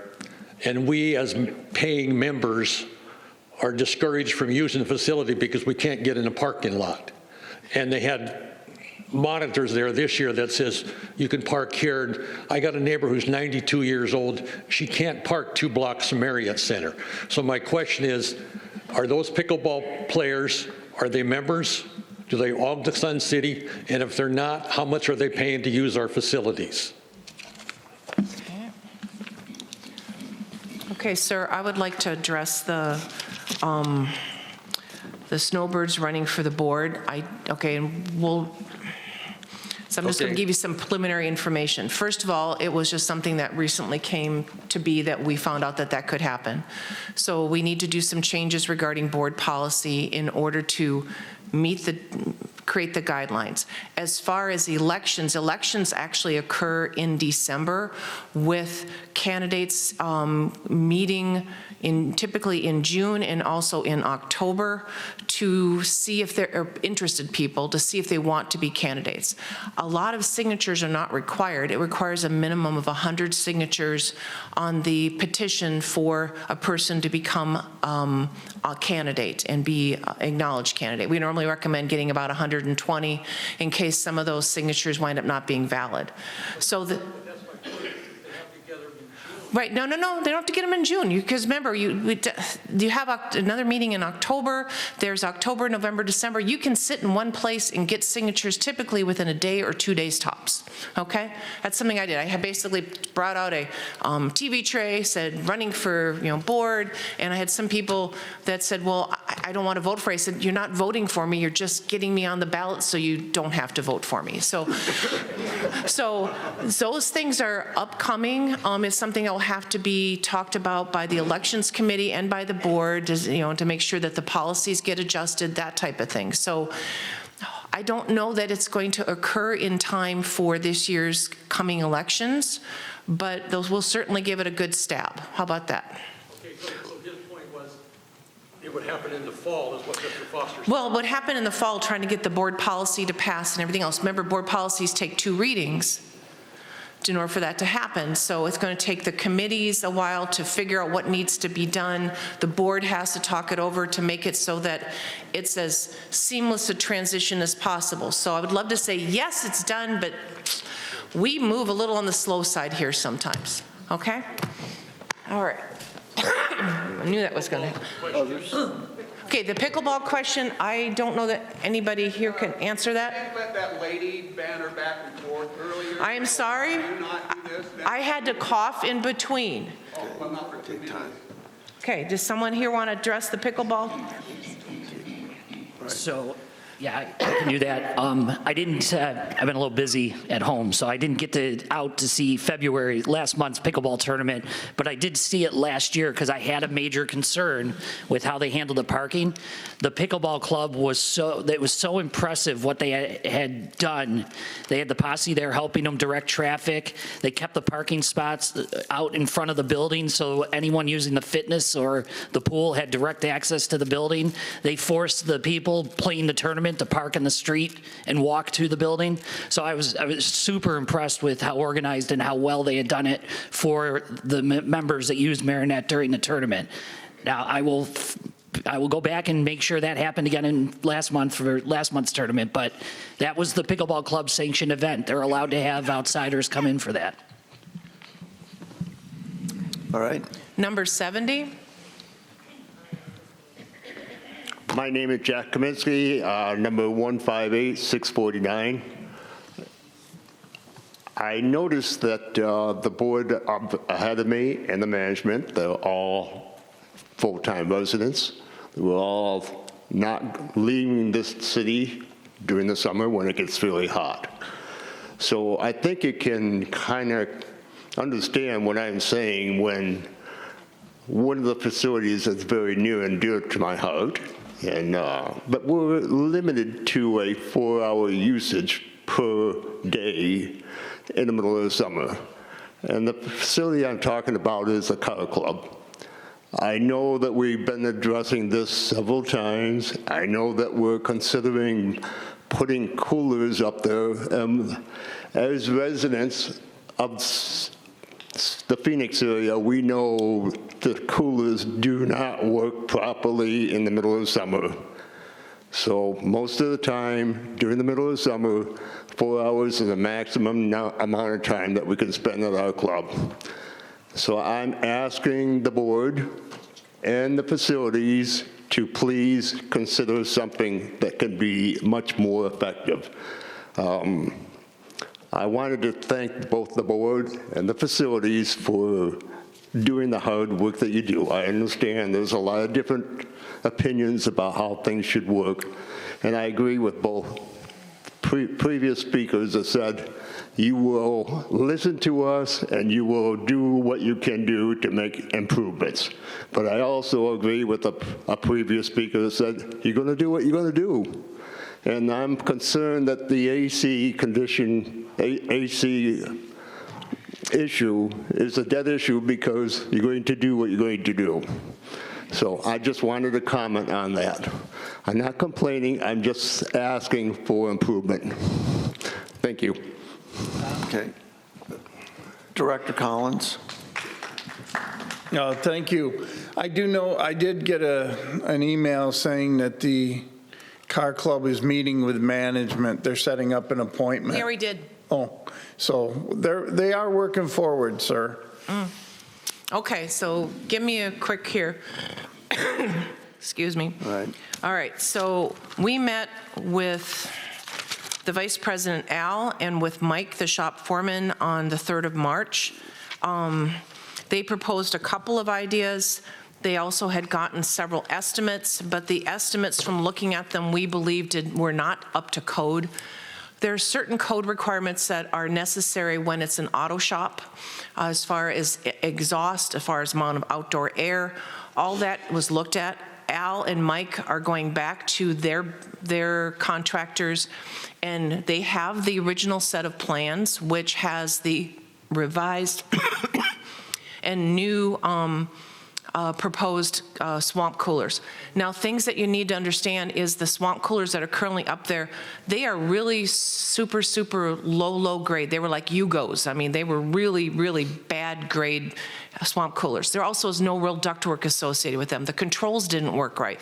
There were a number of issues that occurred because of trying to do, bare minimum to keep things running. As far as air conditioning, it is my understanding that there is not sufficient electrical capacity to air condition that entire space. If you were to put condensers, compressors, that type of thing, there is not sufficient electrical capacity. So in addition to the estimated 200,000, there would probably easily be another 150 or more required for that. And we are constantly being told that we're not being frugal and we're not being judicious with the money, so we came up with what was the best at that time solution. That is not meaning that we have shut it down. That means if Mike and Al are able to come up with other ideas that will meet the current code requirements, which we have set out and told them what pages that information is on, we will take another look at it. Okay? All right. 71. This is really getting. Okay. You good? I'm here. Milt Lebsack, number 130662. First of all, I'd like to compliment the board. I think you're running a very efficient meeting. I think you're trying to meet the needs of the people as best you can. My wife and I are snowbirds who've lived in the Mountain View area for 10 years. And I'm happy to see that it appears that the process is really moving forward to actually getting something done. I've been up here and spoke many times over the past 10 years, mostly in opposition to plans that had been proposed previously. What I've seen on the presentation today, I think you have the priorities in the right perspective. I will attend the meeting on the 18th, and I hope they follow through, that the architects follow through with the recommendations and the priorities that were expressed as far as the pool, the fitness center, and the, I don't like the term performing arts center. I would prefer that they use the term theater. To me, a performing arts center is a regional facility that attracts people from a metropolitan area, not geared primarily to Sun City residents. I would much prefer the term theater to the term performing arts center. It implies something that would attract people from outside the area, which I don't think is in the best interests of the community. In order to be self-sustaining, you're going to attract some people from outside, but I don't think you want to advertise it as a regional performing arts center that is going to invite hundreds or thousands of people from outside the area. So I think theater would be a better use, a better term to use. The only other issue that I have heard spoken here is regarding voting at annual meetings. I am firmly opposed to that for the reasons that have been stated by a number of people. I don't think it's appropriate for a few hundred people at an annual meeting to vote on something that affects tens of thousands or the entire population of Sun City. I think that's inappropriate. I think the comments that were made as far as an ad hoc committee to suggest possible improvements or to the bylaws and present them as you would in any election, federal, local, present an initiative at a meeting that had been predetermined as something that the community really wants, and have people vote on that and hope to have a majority turnout so that you actually get a reasonable result. Thank you. Thank you. 72.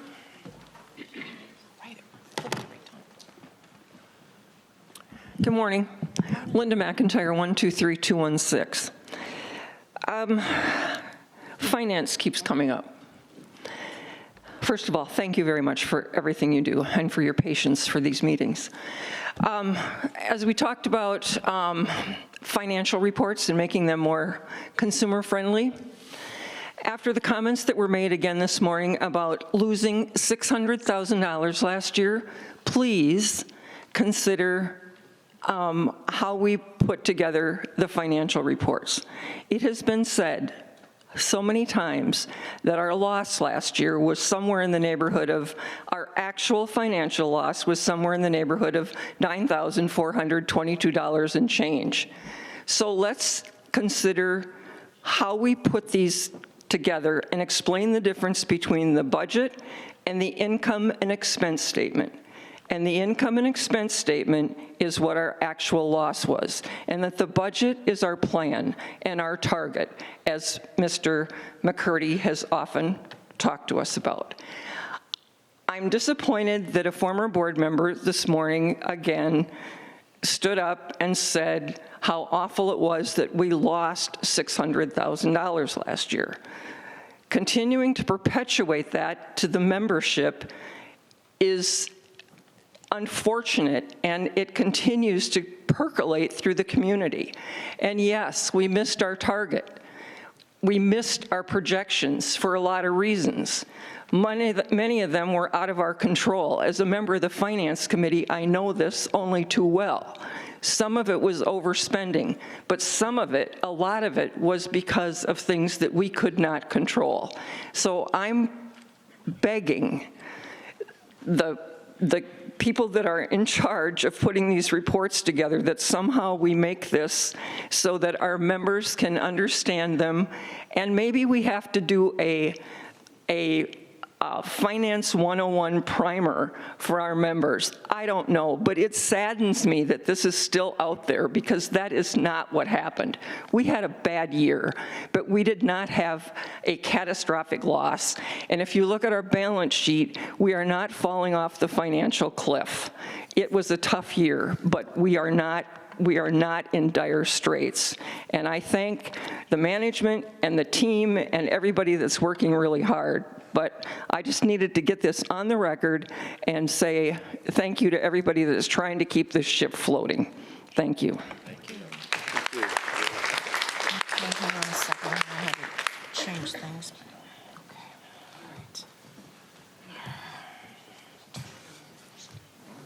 All right.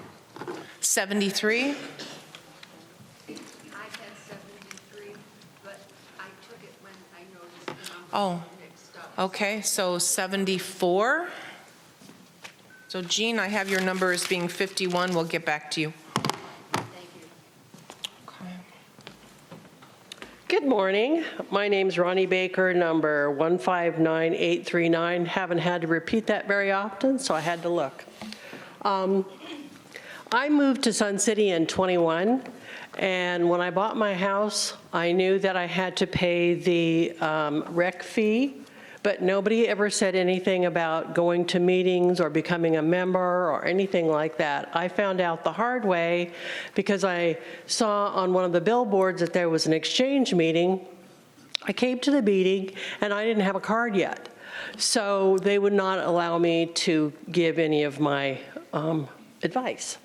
Anyway, so I don't know, and I've talked to some of my new neighbors who have recently purchased in Sun City, and I don't know how we can do it, but people don't know that we're actually a group and that we're a voting group. And I like the idea of announcing it at some of the big events where you've got a lot of people, because I don't think people really know.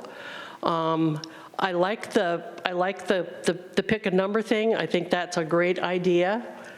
And the other thing is, I would like to say I really preferred the Hawaiian shirts. It was so easy to pick somebody out and say, oh, I need to ask you a question.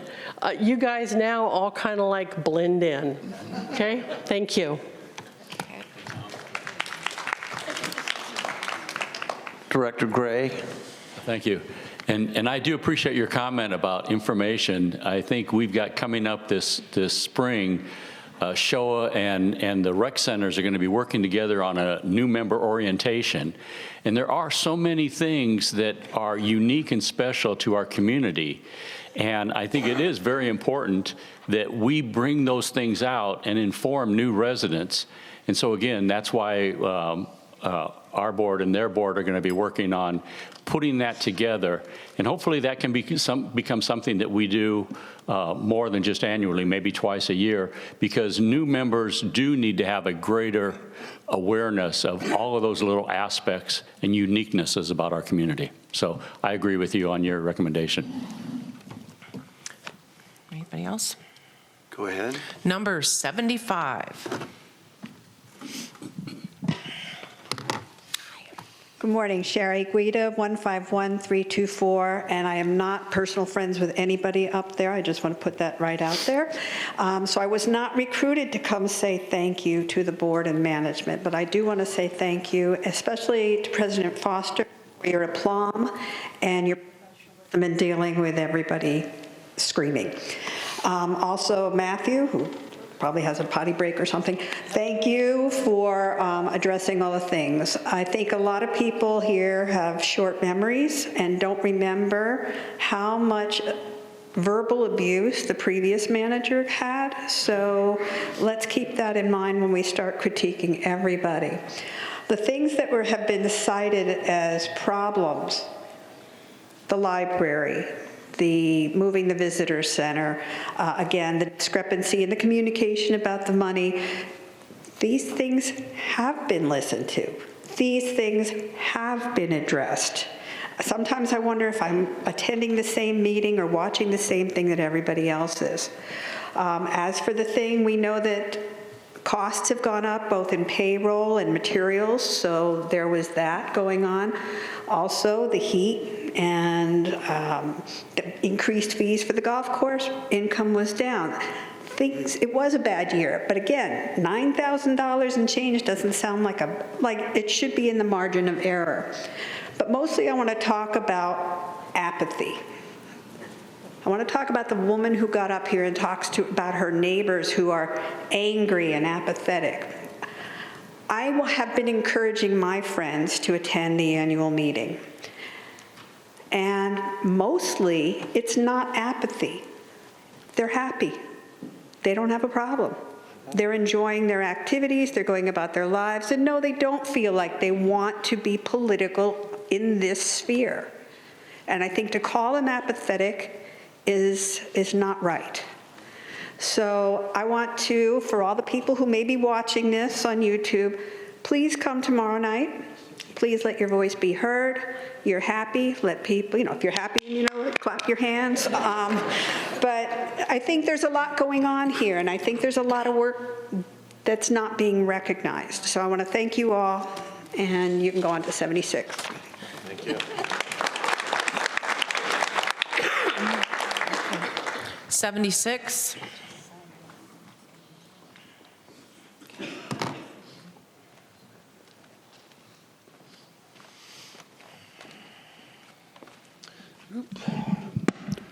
Richard Atwood, 106547. I'm towards the end because I wasn't going to speak, but with everybody else, I thought I might give it a shot because you basically remind me of the federal government now. You have these elected officials that spend taxpayers' money without them being able to vote or approve it. And then you have a unelected official, your own Elon Musk, that he does all the spending, You just leave it to him. So it just reminded me of our present federal government. There is an Arizona law of senior abuse, and I can't, it just makes me so mad that you people don't think you're abusing seniors by taking their money, basically forcefully, and then not allowing them to vote and approve these $1 million expenditures. I've sent a letter to the Attorney General asking them to maybe come and investigate this program because you've taken away our rights over the years. And I think maybe there's nothing we can do about it. We can't vote the changes of the bylaws. You do all the bylaws, so you've taken that away from us. So I think the only way we can change this is to get the state involved through the Attorney General. So I ask any other homeowners that are upset about you guys aren't going to do anything about it. We need to go through the Attorney General. Thank you. We vote for the board. We have a board. Okay, gentlemen. Steve. Director Collins. Yes, sir.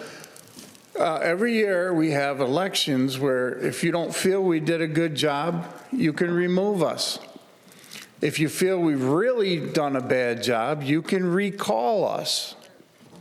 And if you have a motion that you would like, you can always approach one of us and tell us, and we can work to get it put on as a motion to change something. You know, there's a bunch of avenues you can try, but, you know, I don't have a lot of people coming up to me asking me to put a motion on or change something. I mean, it's very rare. So if you really feel that way, approach us and tell us. Thank you. 77.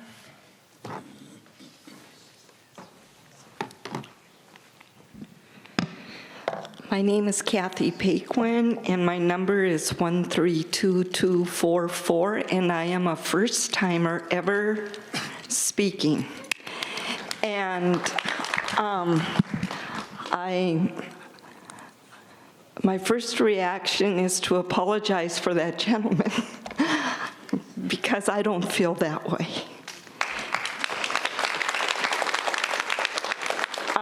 I'm here today because I was a little bit concerned about the general meeting tomorrow, and then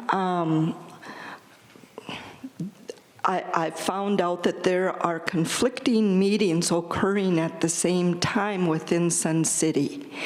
And I'm wondering, and that bothers me, that committees, programs are having meetings at the same time as our general meeting. That says we're not dedicated to what's happening here. This is so important.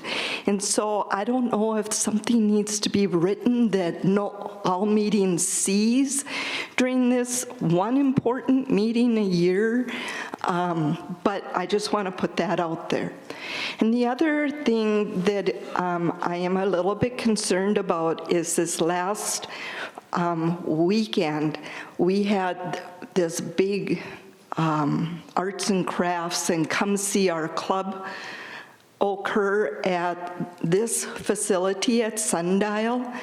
And while many people came, what I noticed is that if you have a walker, or if you have paint supplies and easels, or you have your craft supplies, maybe people have talked about this already, but it's very difficult to get up the ramp and through that heavy, heavy door. And I'm wondering if that can be made into a handicap door, you know, where you just push, because that door is so heavy to open and then try to manage whatever you have in your hands. Thank you. That door. All right, go ahead. 78. Right. Wow. Bill Pearson, 133438. I apologize if I'm asking something that's already been asked. I had to step out for a blood draw.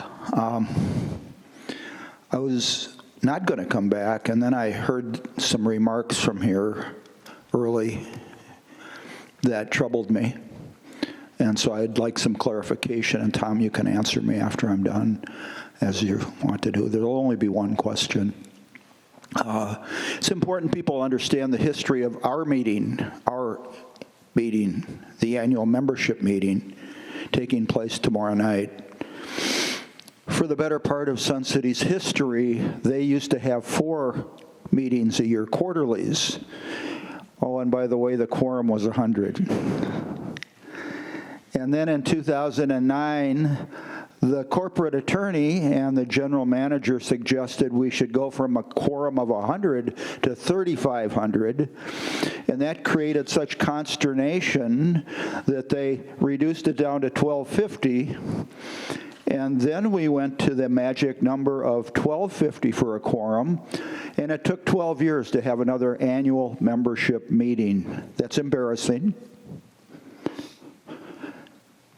And in 2021, we had an enormous crowd show up and we met to 1,250, and we presented floor motions that the corporate attorney told us we had no right to vote on. much to our interest because, see, the articles of incorporation were actually written before the corporate attorney who told us in 2009 what we could do, and in 2021 who told us what we could do. Oh, and by the way, that's the same corporate attorney that apparently told you that you couldn't take any motions. I read through the lengthy list of emotions, and they were a lot. It might have taken 2 days if we were going to take testament, open mics back and forth on them. But what was fascinating was the little ones that didn't do anything but, little tweaks. We were told we have no right to propose those. And I'm going, huh? How did we get from 4 quarterly membership meetings where you could make motions from the floor to a quorum of 100 and vote on stuff to a corporate attorney who now tells us, no, board, you don't have to take any motions from those members until you've reviewed whether you can move the annual membership meeting from February to March? Guys, there were motions that you could have put on the floor. You elected to let the attorney tell you, no, you can't. The same one that got us where we are today. Thank you.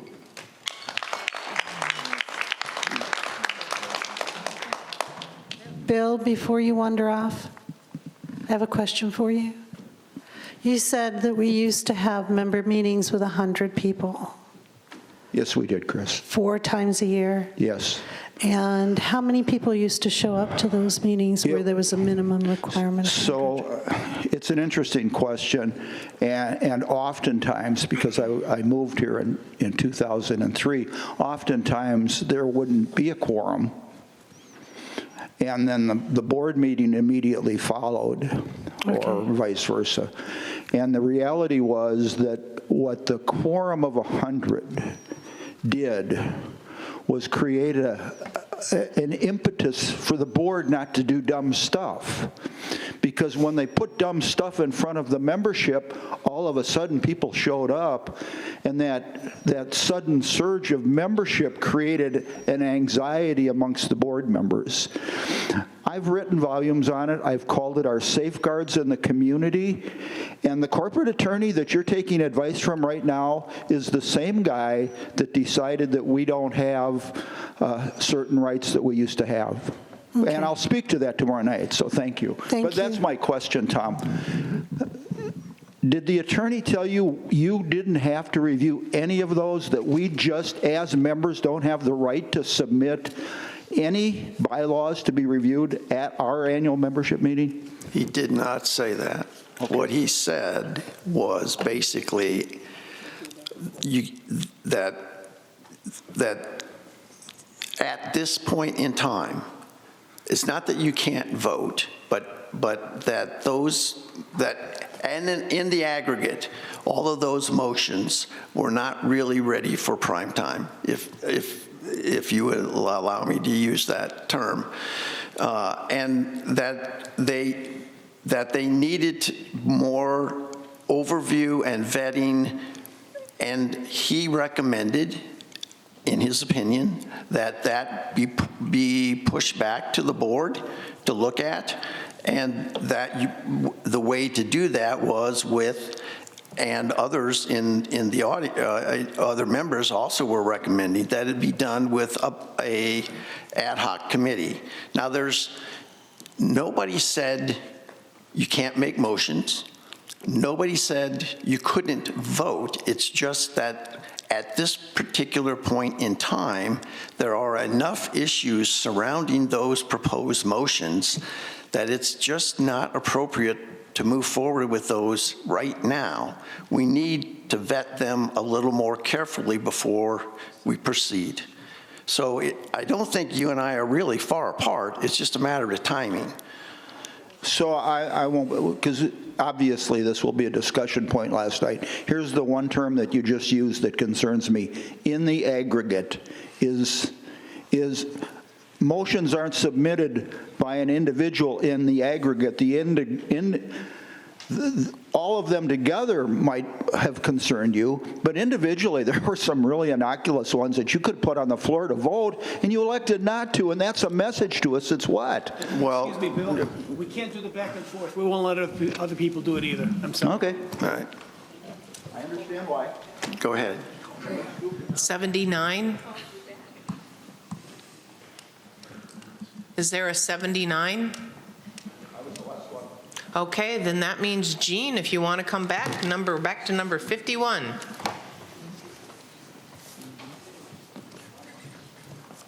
Okay, so do I need to run it back? Thank you. Jean Totten, 148753. Can we make Snowbird change to seasonal resident? It sounds a lot nicer. Second, I'm concerned about all the proxies that were accumulated.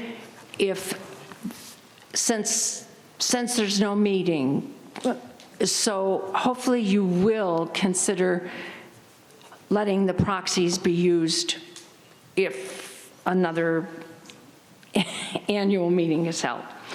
I don't know if I said that quite right. Going back to management report from the last board meeting, the treasurer's report, the capital reserve fund, including SIF fees received to date, had a balance of $10.4 million. Last month, it was $5.9 million. Where did the big increase come from? We've talked about the ad hoc bylaw committee. Someone has written me and asked me if I would speak. What are the qualifications that you are looking for in a committee member? Will you please provide information as to how these qualifications will be measured for comparisons of those seeking to be selected? Who will select the committee members? How many members will be selected? How many board members will be selected? Will the GM or any other RCSC staff be on the committee? Will the board listen to the recommendations of the committee, or will another instance like what occurred in the long-range planning committee that was told that they could recommend the PIF report but not touch 4 of the items that were on it? Safety and compliance. In January, we deployed new tablets to supervisors and safety committee members. These tablets will improve real-time incident reporting, facility safety observations, and emergency planning. You also went into detail about a new DSS STOP safety training observation program. And again, a source who is married to an employee asked me to comment. The class took 2 days at 6 hours each day, and to her knowledge, since the program was completed, nothing has been done. She also mentioned that she thought 12 additional staff were hired to teach the course. How much did the program cost, and was the board aware of the program? Were additional staff hired? What is the big thing about tracking incidents? Why are we so possessed with it? And why was this STOP program, it's geared for corporate America, manufacturing, not a small nonprofit like ours?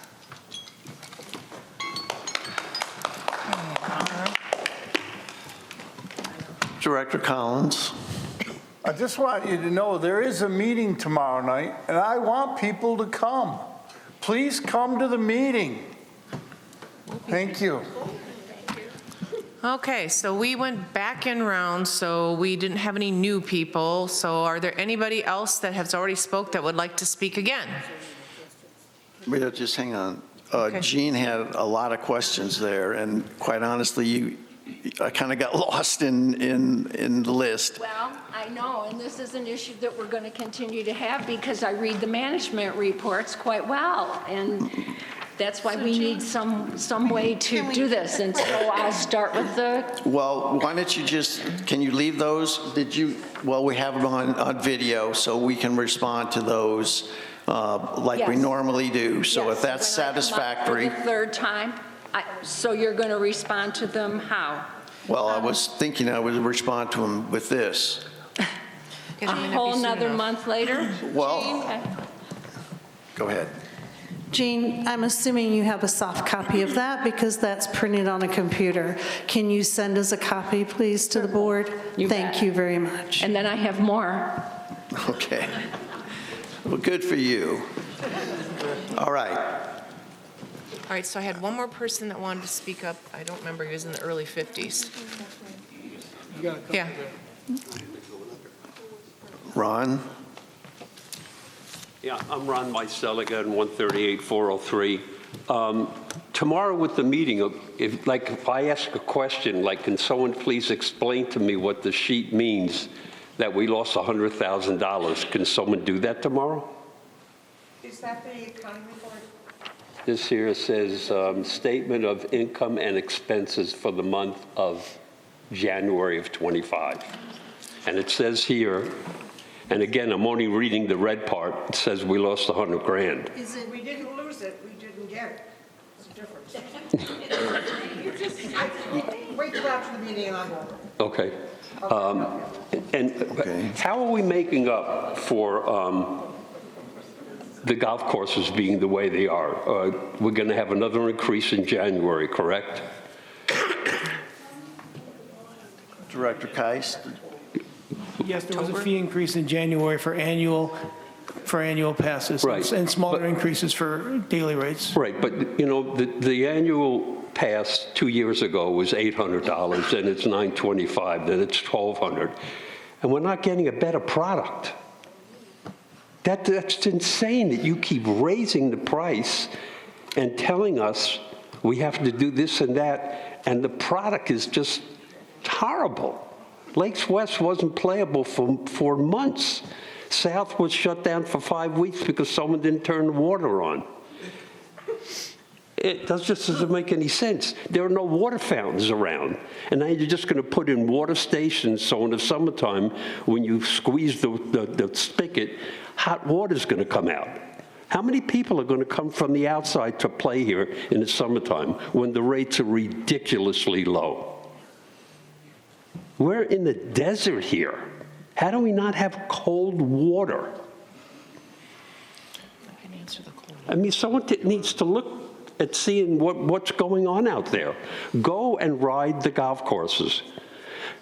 Willowbrook, I played there, I don't know, maybe 3 months ago, and I called Brian up. I said, Brian, why are there seeds all over the place?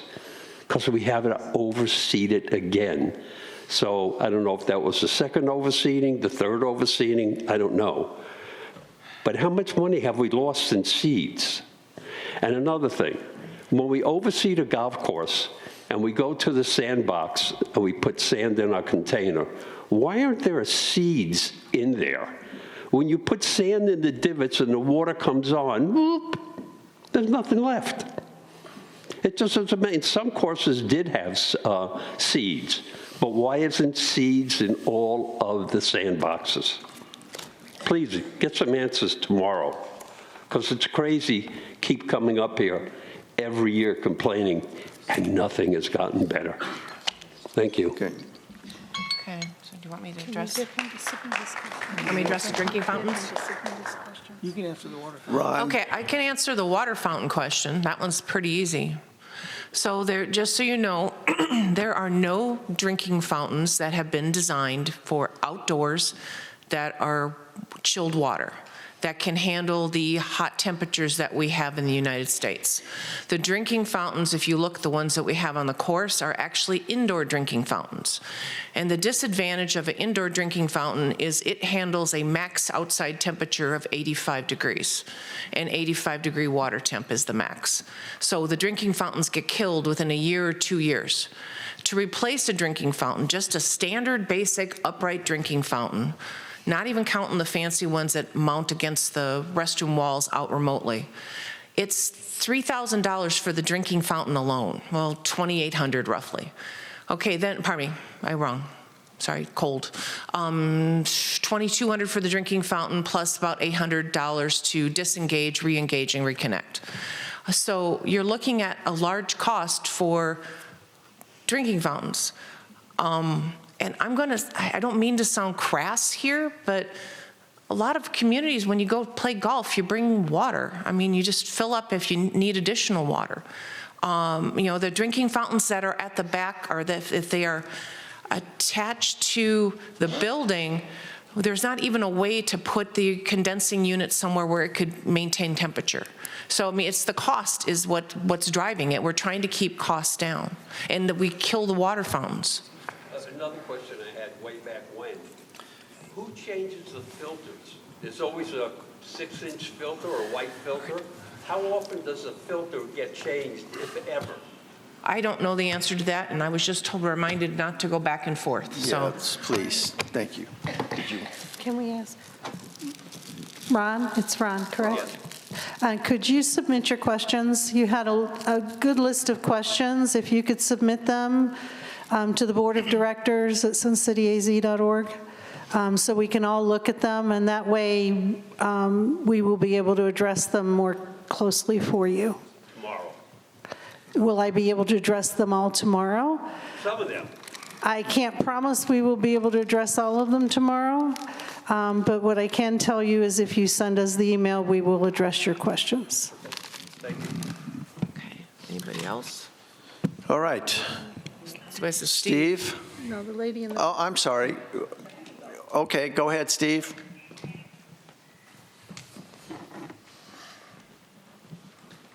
Steve Oakes, 115074. And I just want a couple of issues going back over what I've heard today.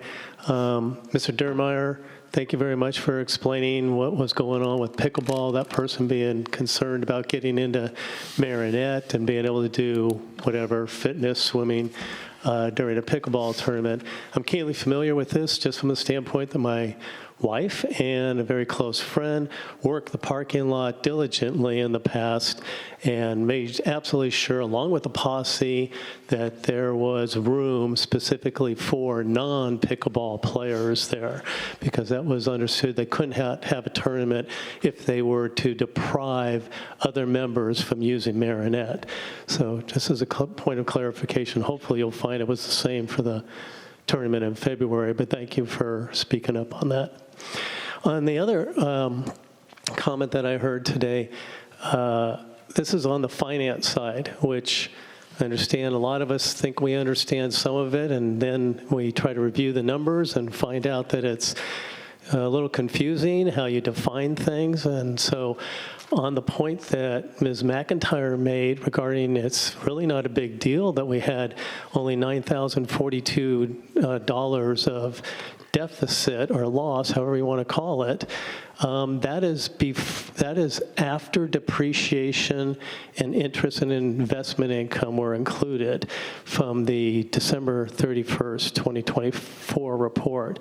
So for a point of clarification, if you look at the before depreciation number, it's roughly $300,000 deficit. Now, some people are going to say, okay, you're quibbling over 9,000 versus 300,000.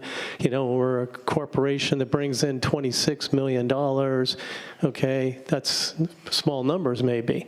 But it does go back to the point of what another person said, we haven't had that deficit before. Okay, so just for a point of being clear when we're looking at the numbers, what we're talking about, Ms. McIntyre was correct. It was only 9,000 if you take a look at the absolute bottom line after depreciation, after interest and investment expense.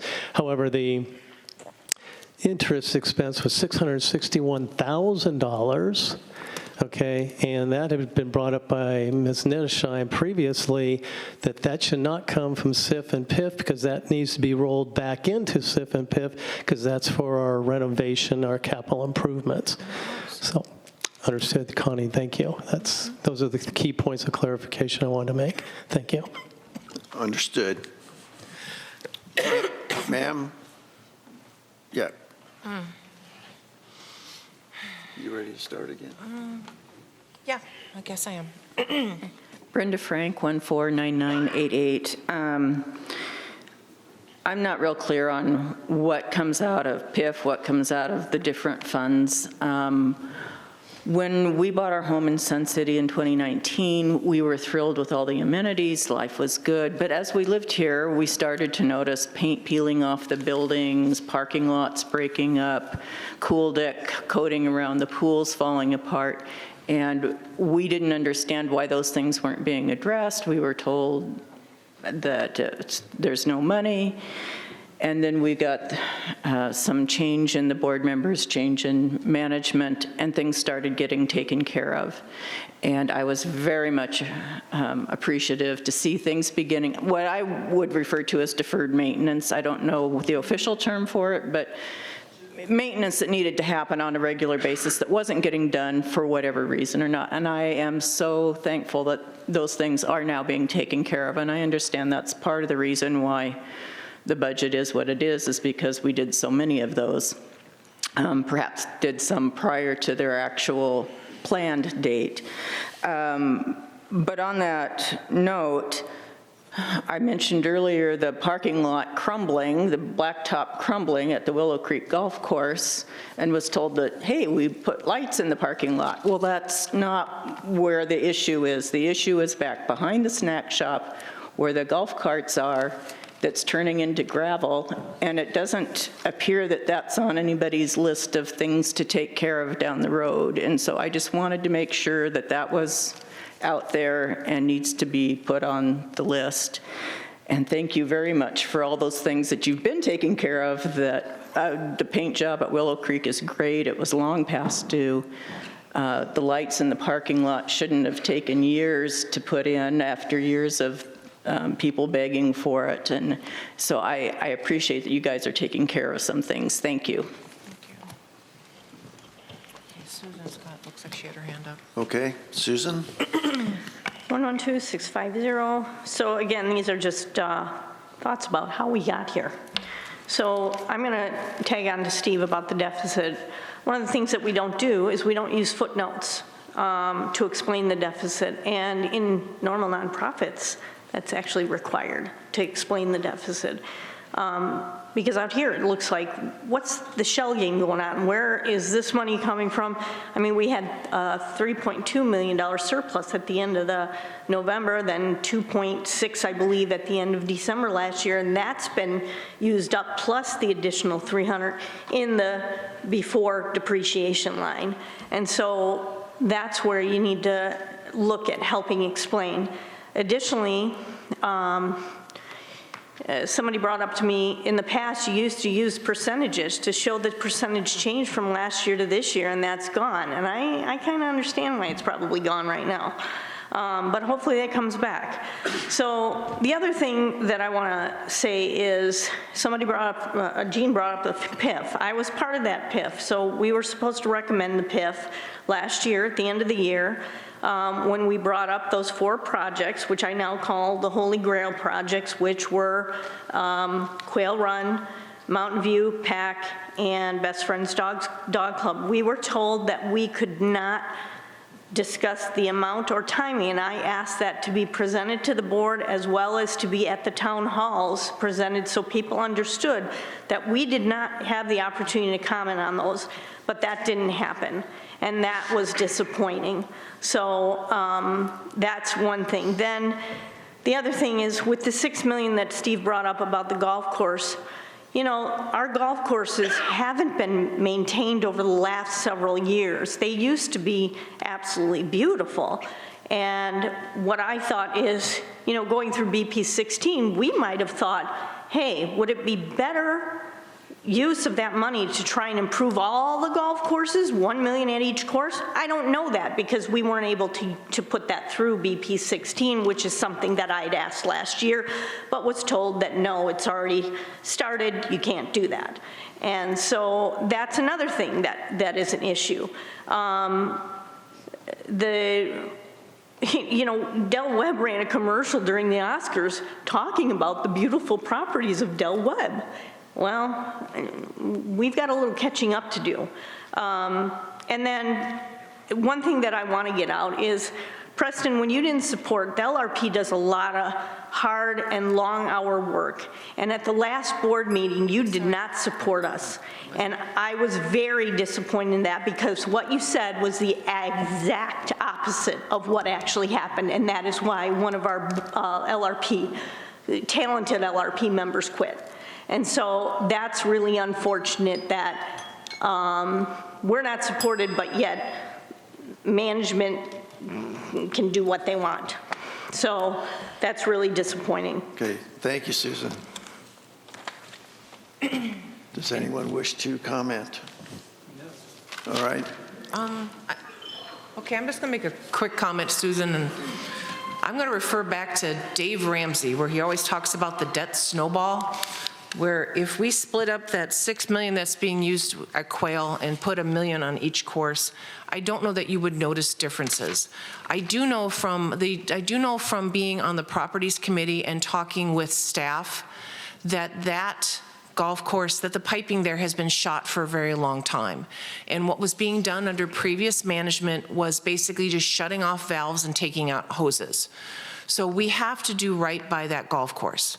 Yes, $6 million is a crap load of money. It probably should have been done, maybe up to a decade ago, and it wasn't. And so we're unfortunately having to be part of that and have the costs be higher than what we would like. But it didn't make sense to just repair the piping because virtually every square foot or whatever has piping running through it. Tom? Director Keiss. Yeah, let me piggyback on what Connie was saying. The members need to understand there's an awful lot going on at Quail Run aside from irrigation. There's water reduction that we have to get done according to the Arizona Department of Water Resources. We're changing out the type of turf on it to TIF-Tuff turf that is going to reduce our water use in the long run and is also giving us better playing services. We're putting in a brand new pump. We're also deepening and making the one pond that's on that we use for irrigation deeper so there's more water. So yeah, $6 million is a lot of money and that troubles me. But you have to understand there's a lot more going on at this golf course than just replacing the irrigation system. And the only way you could do it is to tear up the whole golf course anyhow. So while you're tearing it up, why don't you do the other things to make it better for all of us in the long run? And that's what we're doing at Quail Run. It's not just irrigation replacement. That's a misnomer. Go ahead, sir. All right. John Albertus, 134689. I just wanted to comment about pickleball, one of our largest groups, and people were asking about the parking lot. Yes, it's controlled very well. In order to participate in the last tournament, it cost $80 a person.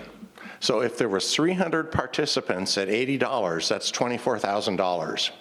One of the tournaments last year raised, I think, $35,000 for pickleball. So the pickleball club is doing well, and they're using that. So when we needed new sails and new chairs, pickleball club paid for that. When we needed new lights for the outdoor courts, pickleball paid for that. They contributed to the lights, yes. Contributed, yes. So just to let you know, here's a club like pickleball, and they're playing it smart, and they're mini tournaments. There's tournaments around the area that cost $125 to participate in. And so they're using, the smarts, and then there's also sponsors that are paying it. And so the pickleball club is bringing in funds. It is a large group, and they're using those, and so that's, we love the pickleball, and we want the maintenance to be done. And so just so you know, there's information about that. Thank you. Thank you, sir. Last call. Okay, thank you. Oh, Jean's coming up. What you got, Jean? Take it easy. Jean Totten, 148753, going back to the management report from the board meeting. In the graph of usage summary by activity, there was outdoor walking was on the graph. The spreadsheet showed that outdoor walking had 4,751 users. The indoor walking track had 4,835 users. To my knowledge, the only outdoor walking track we have is at Marinette. So I guess you're saying that 100 less people, you're saying that there's a lot of usage of the outdoor walking track. I just wondered where people register that usage, because I'm just very surprised. I had no idea that there were that many people up there at Marinette walking around. In the Gulf Superintendent Report, the summary sections, particularly missing budget and overall, were riddled with negatives. But the financial statement said that Gulf had generated in excess of $170,400 in January. In the last paragraph, you stated, while it is early to draw a conclusion, we may be seeing the impact of increased past pricing already. If this trend continues, other actions may be needed. Can you extrapolate on what these other actions might be instead of just leaving that sentence hanging? Welcome Center. I've noticed in the last several reports that we no longer have a visitor center. It is only called the Welcome Center, at least in the reports. And so I was wondering, when did we change it? And did we realize that Maricopa County signs on Bell Road specifically point to the Sun City Visitor Center? I didn't know if the board was aware that the change had been made between calling it a visitor center and a welcome center or not. I also want to just say, I should not have to stand up here and ask questions like this because of a report that you put out. Perhaps the changing of the timing of the report might give those of us in the audience a chance to read it sooner and ask these questions to you in an email, and you could answer them somewhere so that I don't have to do this. Maybe I'm the only person that reads your management reports. I don't know.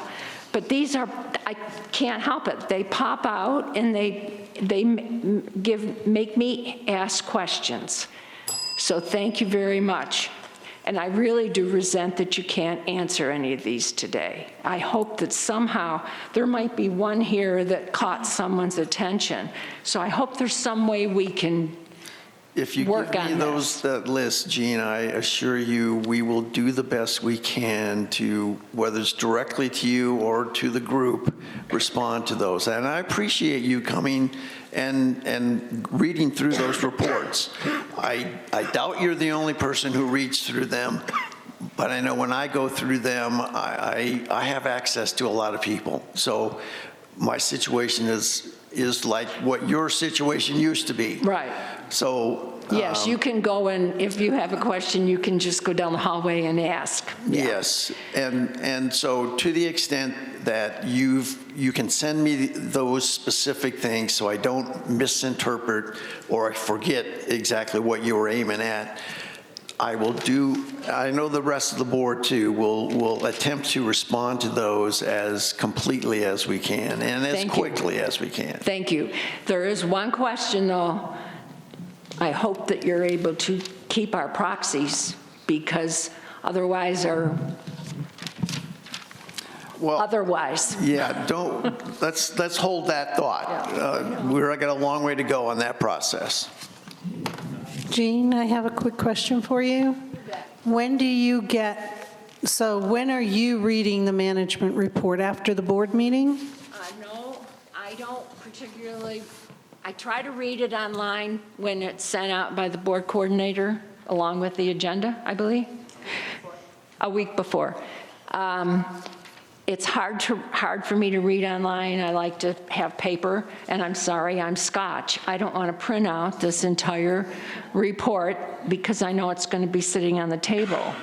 So I do try to read them ahead of time, and then Yeah. But you do pick it up from the table, correct? Oh, definitely, because I then go back and yellow highlight some So of the. can we try a timing thing? Can we try, you pick it up from the board, at the board meeting, you read it, you send us your questions, and then we get back to you potentially before this meeting, and then you could just follow up with clarification if there's something that wasn't clear to you. Could we try that? I actually think there's a lot of added value in your questions in these sessions, but if we could try something like that. I don't know, I mean, that's fine for me, but I don't know if anybody else wants to hear the answers to my questions. Well, yeah, I know. That's okay. Well, let's try responding to you, and I'm sure others will not be afraid to speak up if they have some concerns. That's very true. Thank you. All right. Director Collins? Yeah, Gene, and when you talked about what would we have to do, we're always trying to save money for the members. A lot of our courses all around us, they all charge what they call a water surcharge, a 4% tax. And we don't do that. You know, we're always trying to cut where we can and save money. So, you know, we're constantly looking at that. And I know this year we're not going to have any weeds on Willow Creek, Willowbrook, because we're going to do the treatment in the spring and we won't have them yelling at us in August. So that'll be a great day. Well, technically, we've already started that, but let's not worry about that. Director Ruff? Gene, I have one answer for you. The walking path at Marionette, you have to check in at the front desk, or you can't use it, because you can't get in without going past the front desk. Oh, I thought you could. No, you have to scan in. Nope, you can't get through the gate. You can't go through the gate. You have to go through the, All right. I would like to add on to that real quick. And Jean, just to add on to that real quick, the walking path was just rebuilt. So it's a brand-new walking path. It's nice and cushy, so if you want a good walking path, go head over to Marinette. There are also people signing in for walking at the Lakeview Hill. So it's not all 4,000 at Marionette. Oh, okay. Thank you. All right. Are we, Susan, did you? Yeah, I just want to end on a positive note. Okay. We're always good for those. So as you said, we started on the master plan. So there's a team of us working together. We developed the scope. I wanted to do this for the people that are dedicated here and also those that watch online. But we developed the scope. We're developing questions, which we have those pretty much complete. We're developing a scorecard. We are going to select 3 good planning consultants that meet the criteria that we're developing. And then those 3 will go forward to the board for selection on RFP, and then management will conduct the RFPs on those that we suggest. So it's moving quickly, so. Thank you, Susan. All right. Happy anniversary, by the way. Thank you. I think we've exhausted our speakers for this morning. And maybe the audience as well. Our next, the annual meeting, reminding one more time, is tomorrow evening, right here at Sundial. The next meeting of the Board of Directors will be on March 27th. Don't forget the time of the annual meeting. It starts at 6. Starts at 6. You need to be checked in. That starts at 5. Remember, you need to have your picture ID rec card, or the little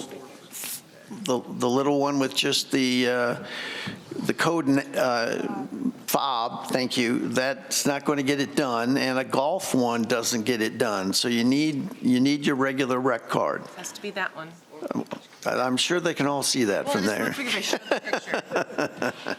All right. So the Board of Directors on March 27th, and then the next exchange is April 14th.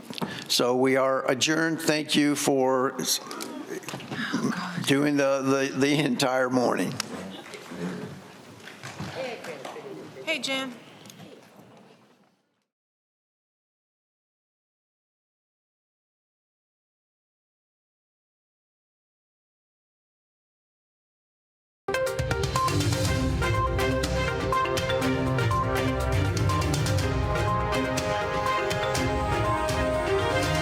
This is a copyrighted production of the Recreation Centers of Sun City Incorporated and is intended for the sole purpose of informing our Recreation Center members.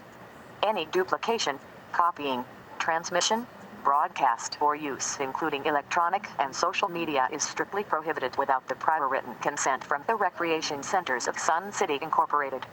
Thank you for watching.